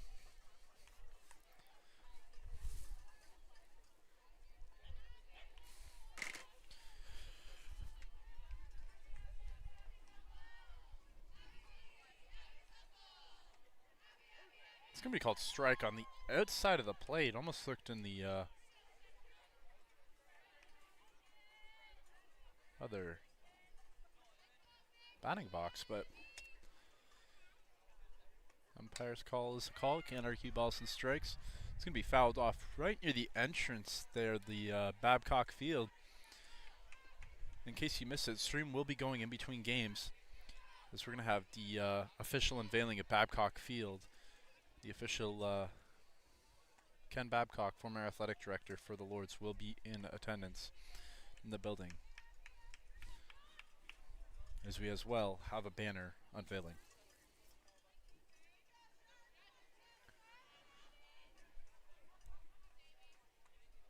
It's going to be hit up the middle there to second. Going to advance Gracie to third, but that was Lynn Young who's going to be able to make that play at second for the Sting. It's going to bring up Jocelyn Shelton, with Chelsea Oak on deck, who has not been able to get up to the plate as she was at substitution for Sydney Roderick this past inning. Now batting the center fielder, number 19, Jocelyn Shelton. Very wide stance for Jocelyn at the plate there, but that's going to be called ball, first pitch.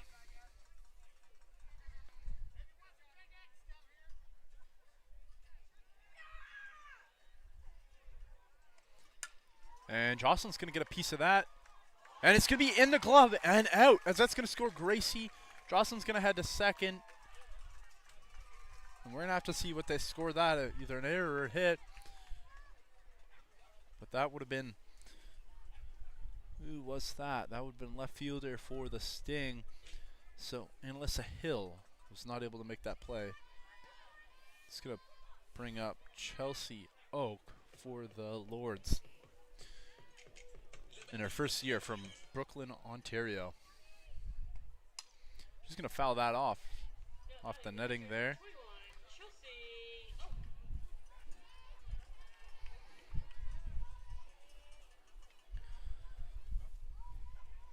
Jessica Greeny on deck if Chelsea can get a board. It's going to be called ball outside.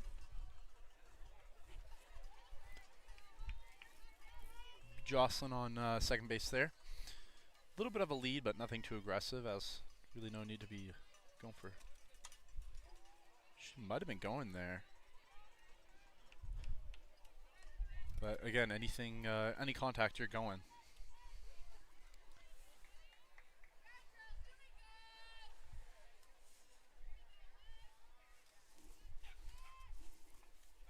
Be far outside there.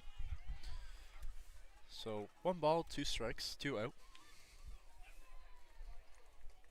Remember folks, this is only a 7-inning ball game, but we do have another 7-inning ball game right after this, after a brief intermission.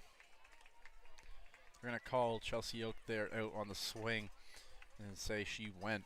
And we'll be back in the top of the 7th here in potentially the final inning of this baseball game. Durham leads 7-1, and because the Lords scored, you know what that means.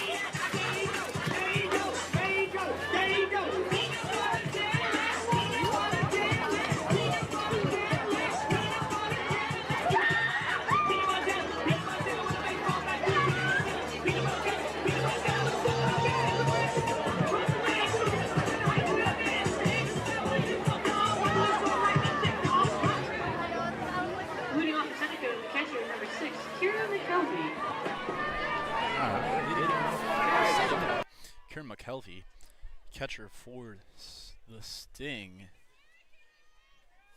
Chelsea Oak still pitching for the Lords. It's going to be called strike there.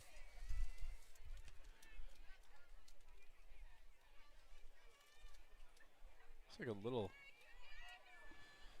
I believe that was McIntyre. Hand shakes it off a little bit. Potentially the cold getting to her here. I'm sure. Chelsea Oak going to step off there though. But either way, we are back here and we're going to go for the second pitch. Call ball there. 1-1 count.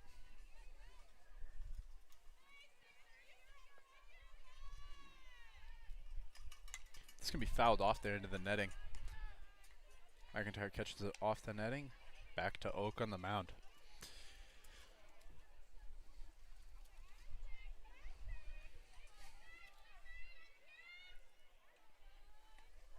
Be far outside there.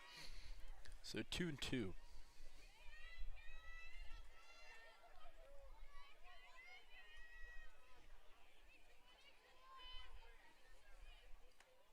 gonna be inside, back to the mound, and Oak's gonna catch it just like that.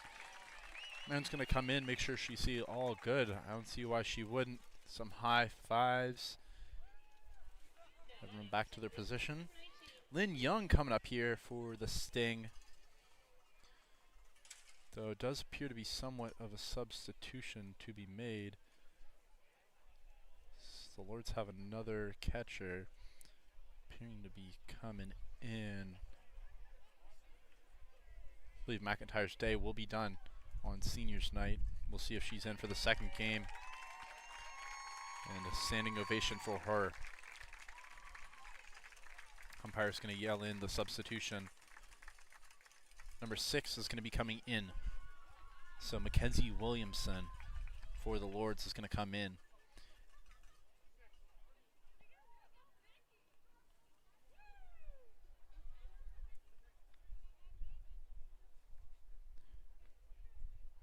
So I'll change my scorecard there.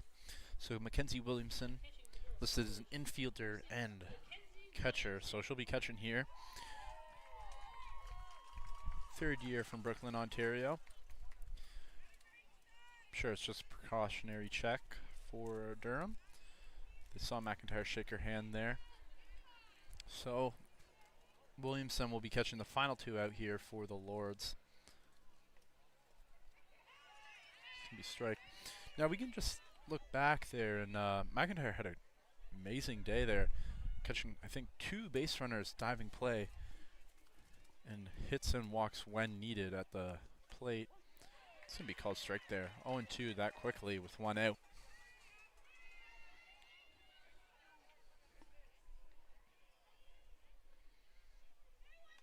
It's going to be inside, kind of like check swing there, but will be called out. And the Sting are down to their final out here.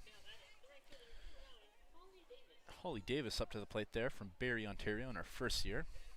And there might be another substitution here for the Lords. You have to wonder if this is due to seniors night.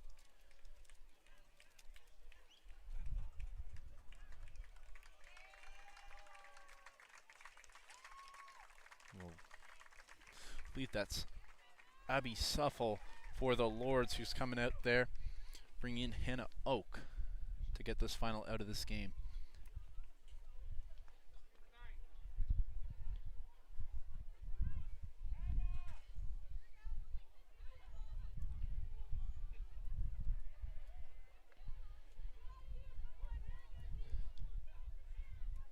So make sure you change out your scorecards there if you're scoring at home. So Anna Oak will be coming in for Suffle.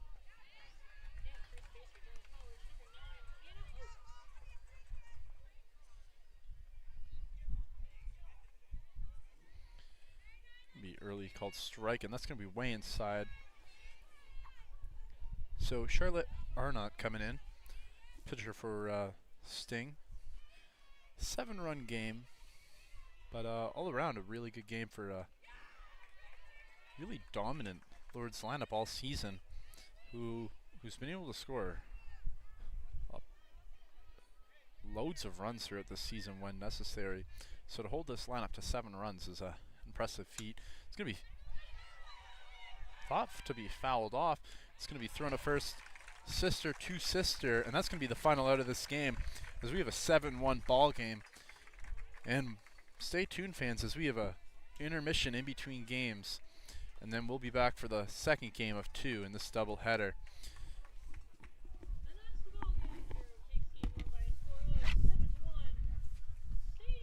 Stands, because coming up very soon we are going to have a special ceremony to officially rename this field Babcock Field.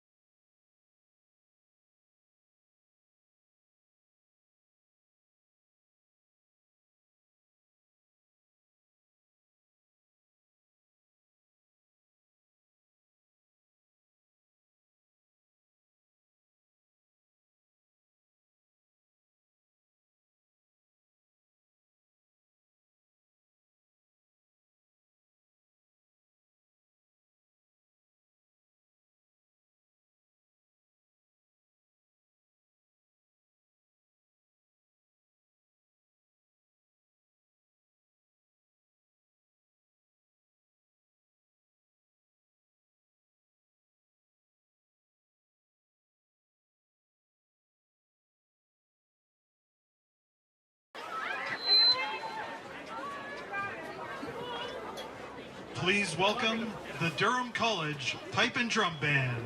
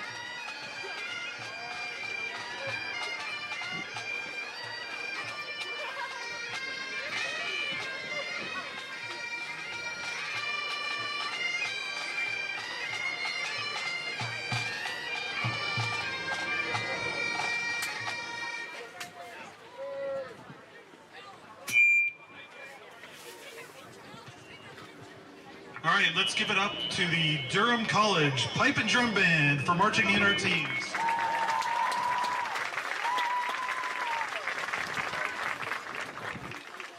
I'd like to also recognize our PA announcer, Sam Chilvers, who's been announcing Durham Lords baseball and softball games for over a decade.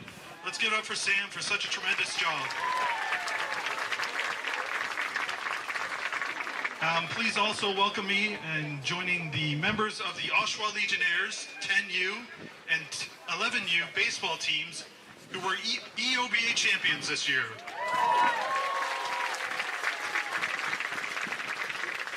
To my left, we have the Durham College baseball team who just booked their ticket to the OCAA Final Four and broke the OCAA record for total hits in a single season by a team. Durham College baseball team. And of course, the Durham College women's softball team, who just won the silver medal at the national championship.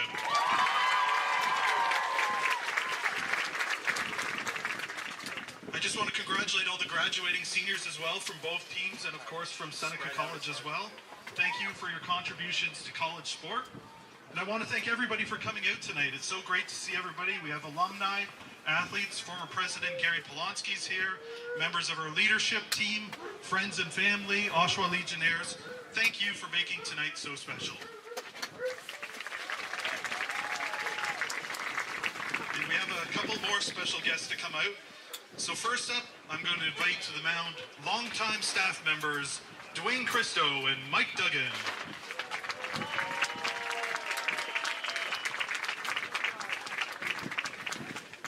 The president of Durham College, Don Lavisa.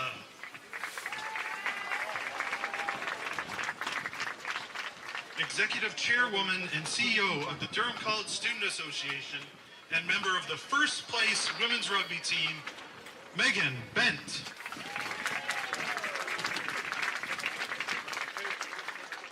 A special hello to Shannon and Braden Babcock, who are watching the stream tonight on OCAA Live. And last but not least, please give it up for Diane and Ken Babcock.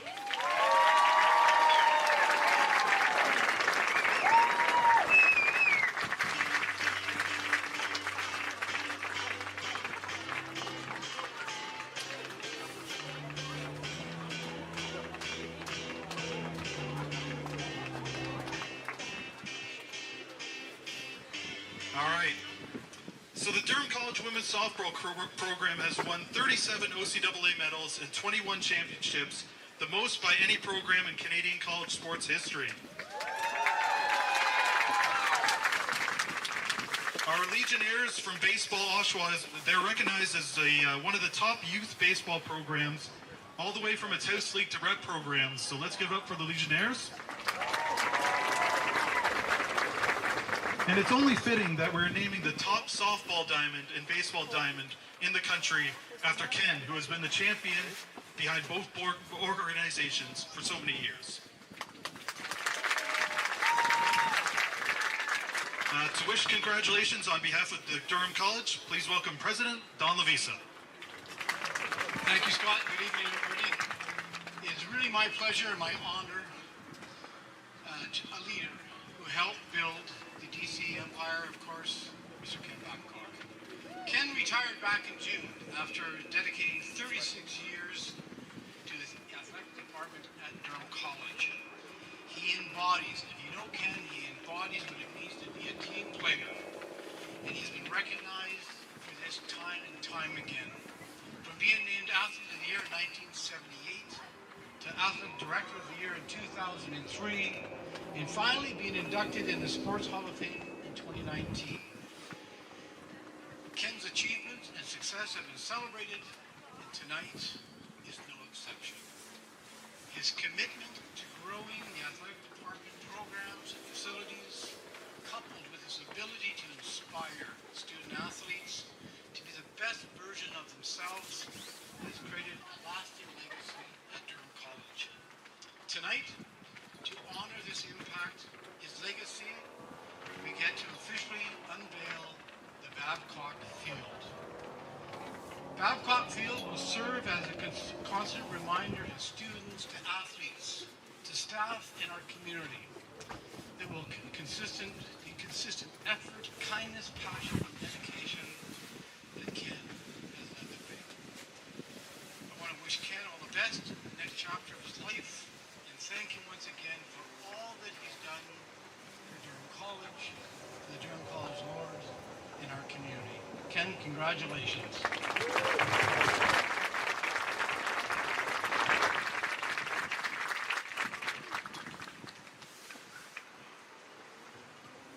Thanks so much, Don. Now representing all of the students at Durham College, please welcome Megan Ben. Thank you. How great is it to have Ken back in the Lord's house? On behalf of the Durham College Student Association, all students past and present, I want to extend my sincerest gratitude to the commitment and dedication Ken has shown over the years, not just to athletics, but to the entire Durham College community. Your unwavering support for students and our successes for the past 30 plus years is a tribute to all of the hard work that you've put in. I'm delighted to have this field bear your name, and once you're a Lord, you're always a Lord. So thank you for coming back, and I'm so happy to have this honor bestowed upon you. Thanks so much, Megan. So for those who don't know, Ken started a tradition of celebrating the careers of coaches and longtime staff members by giving them their own caricature. So we thought it would be only fitting to give him one to celebrate tonight. So if Mike Duggan and Dwayne Crisco could present his own caricature, and Diane as well, a special gift from the Durham Lords.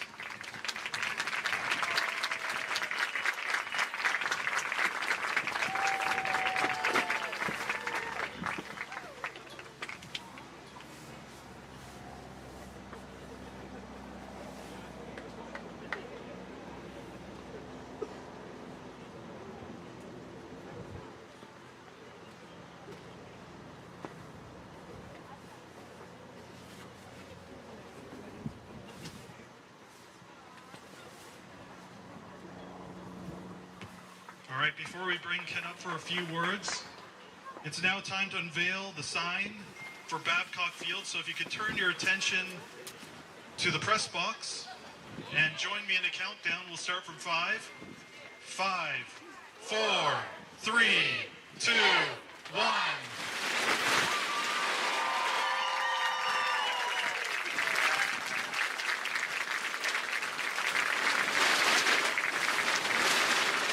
All right, now welcome to the podium. Please welcome Ken Babcock.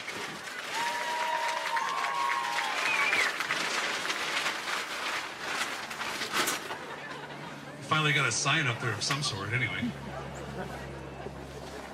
Thank you very much. I had some written down. I did have a bit of an outline to go through, but I think I'm just going to roll through and cover a few things. First of all, my sincere thanks to all those who are here. So many family members are here, and I appreciate that. And people from the community, people I know so well through the local community baseball association, and so alumni are here and a number of friends. I can't believe the support of taking the time to come out here, so I really appreciate that. Thank you so much.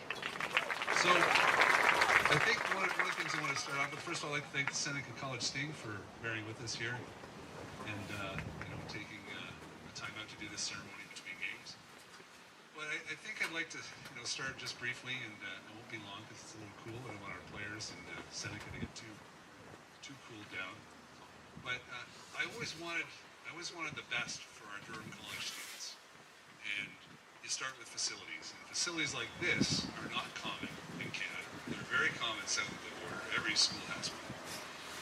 And I thought, why not us? So this is a really amazing facility. And it's great that it also touches the community with our local amateur baseball teams. They get to play at age 9 up.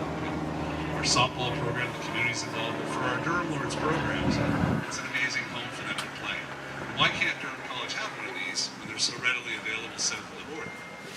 So a facility like this, doesn't come along easy. It certainly comes with an idea, and I certainly bugged enough people here for a number of years to think about this. But it comes from having an idea that you can do things if you put a lot of work in. It also comes from the idea your senior administration, and I want to thank Don and certainly our entire administration, our previous president, I think Gary Polonsky is here for that kind of vision. Gary, thank you for being here. These things don't happen unless you have a leadership team from the president down that have a vision and have the same idea of making it as the best possible experience campus for their students. And Durham College has always done that from the top down. So thank you for everyone involved over the years for that. Thank you for the support of this facility. To our student association, and Megan's here, and I had a great opportunity my final year here to work with her. She's back as the student president. It doesn't happen without an association that supports everything that goes on campus, but a unique student fee process helps pay for these kind of things. So every student in Durham is paid for this. Students that don't even go here anymore have helped pay for this. We pay for the next facility here on campus, and I couldn't be prouder to work with the student association with people like Megan. Keep that going. I think one of the unique things too when we stand here, the facilities have changed over the years, and certainly the campus has certainly grown, and some people haven't been back in a while. But this is built on our women's softball program. Jamie Baker deserves a great deal of credit for keeping that tradition going. National silver medalist in Victoria last week. They probably have a little jet lag, but they're back and shining a nice silver national medal. But that program's success has gone on for a long time. This program is the #1 college softball program post-secondary school ever in Canada.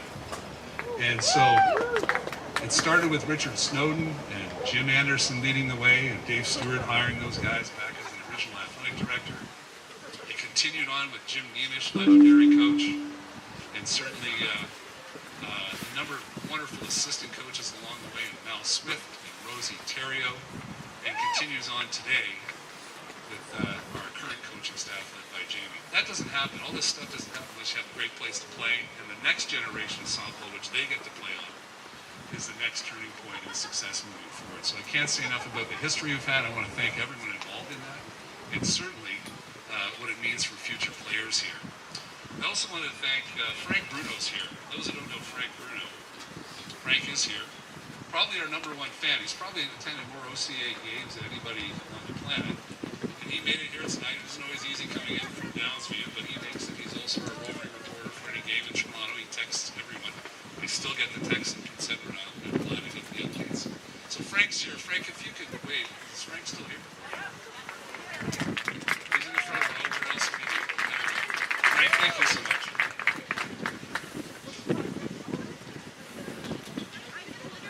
I was really impressed with the band. So our Durham College pipe band, I know something we helped contribute to and support over the years, and Tim Montgomery is a part of that. A number of very dedicated people. And also thank you to the Durham College pipe band for being here tonight.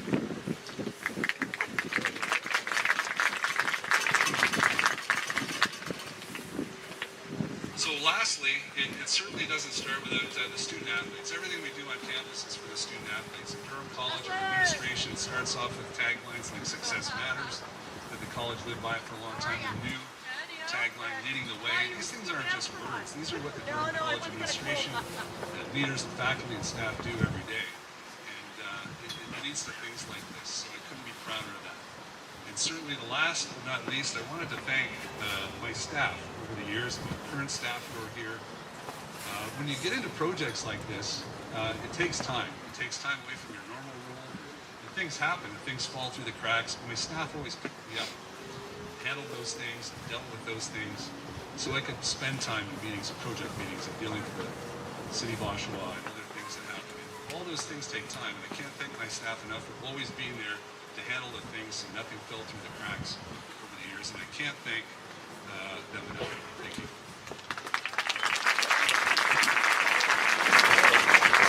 Two more people to thank. One is certainly Mike Duggan and Tara Klosky, my VP direct report, my final VP report before I retired.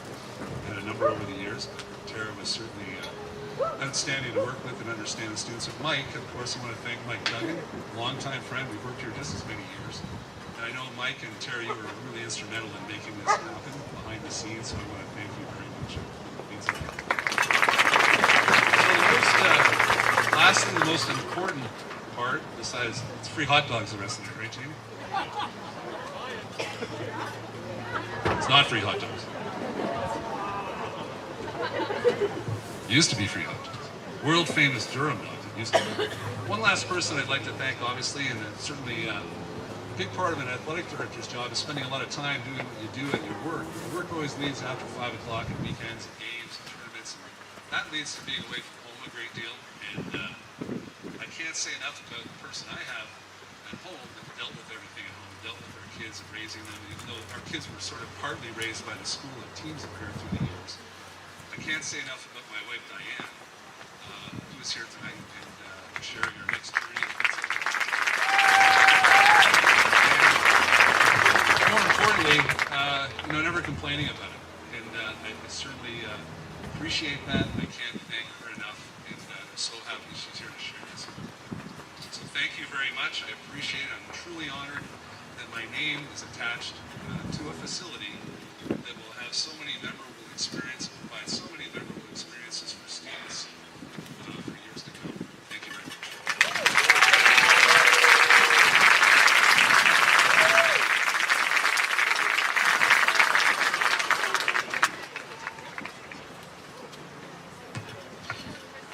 Well said, Ken.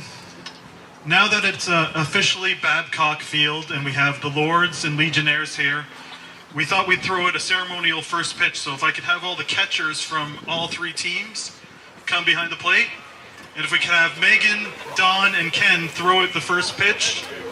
You can choose who gets the softball and who gets the baseball.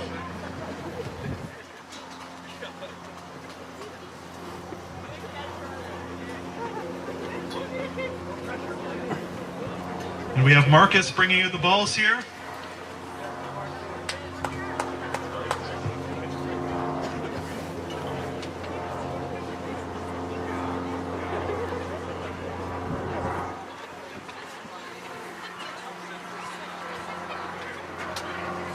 As I say at the Jays games, it's your pitch.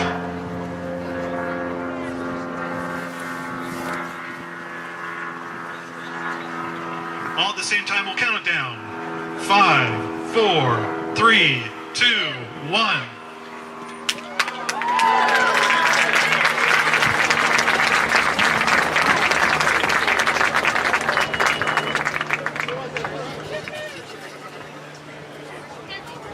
So I just just want to thank everybody for coming out once again. It was a great to have Ken back here for Babcock Field and to celebrate Ken's amazing career, 36 years at Durham College. Thank you very much. Thank you once again, Seneca, and good luck to the Lords in Game 2.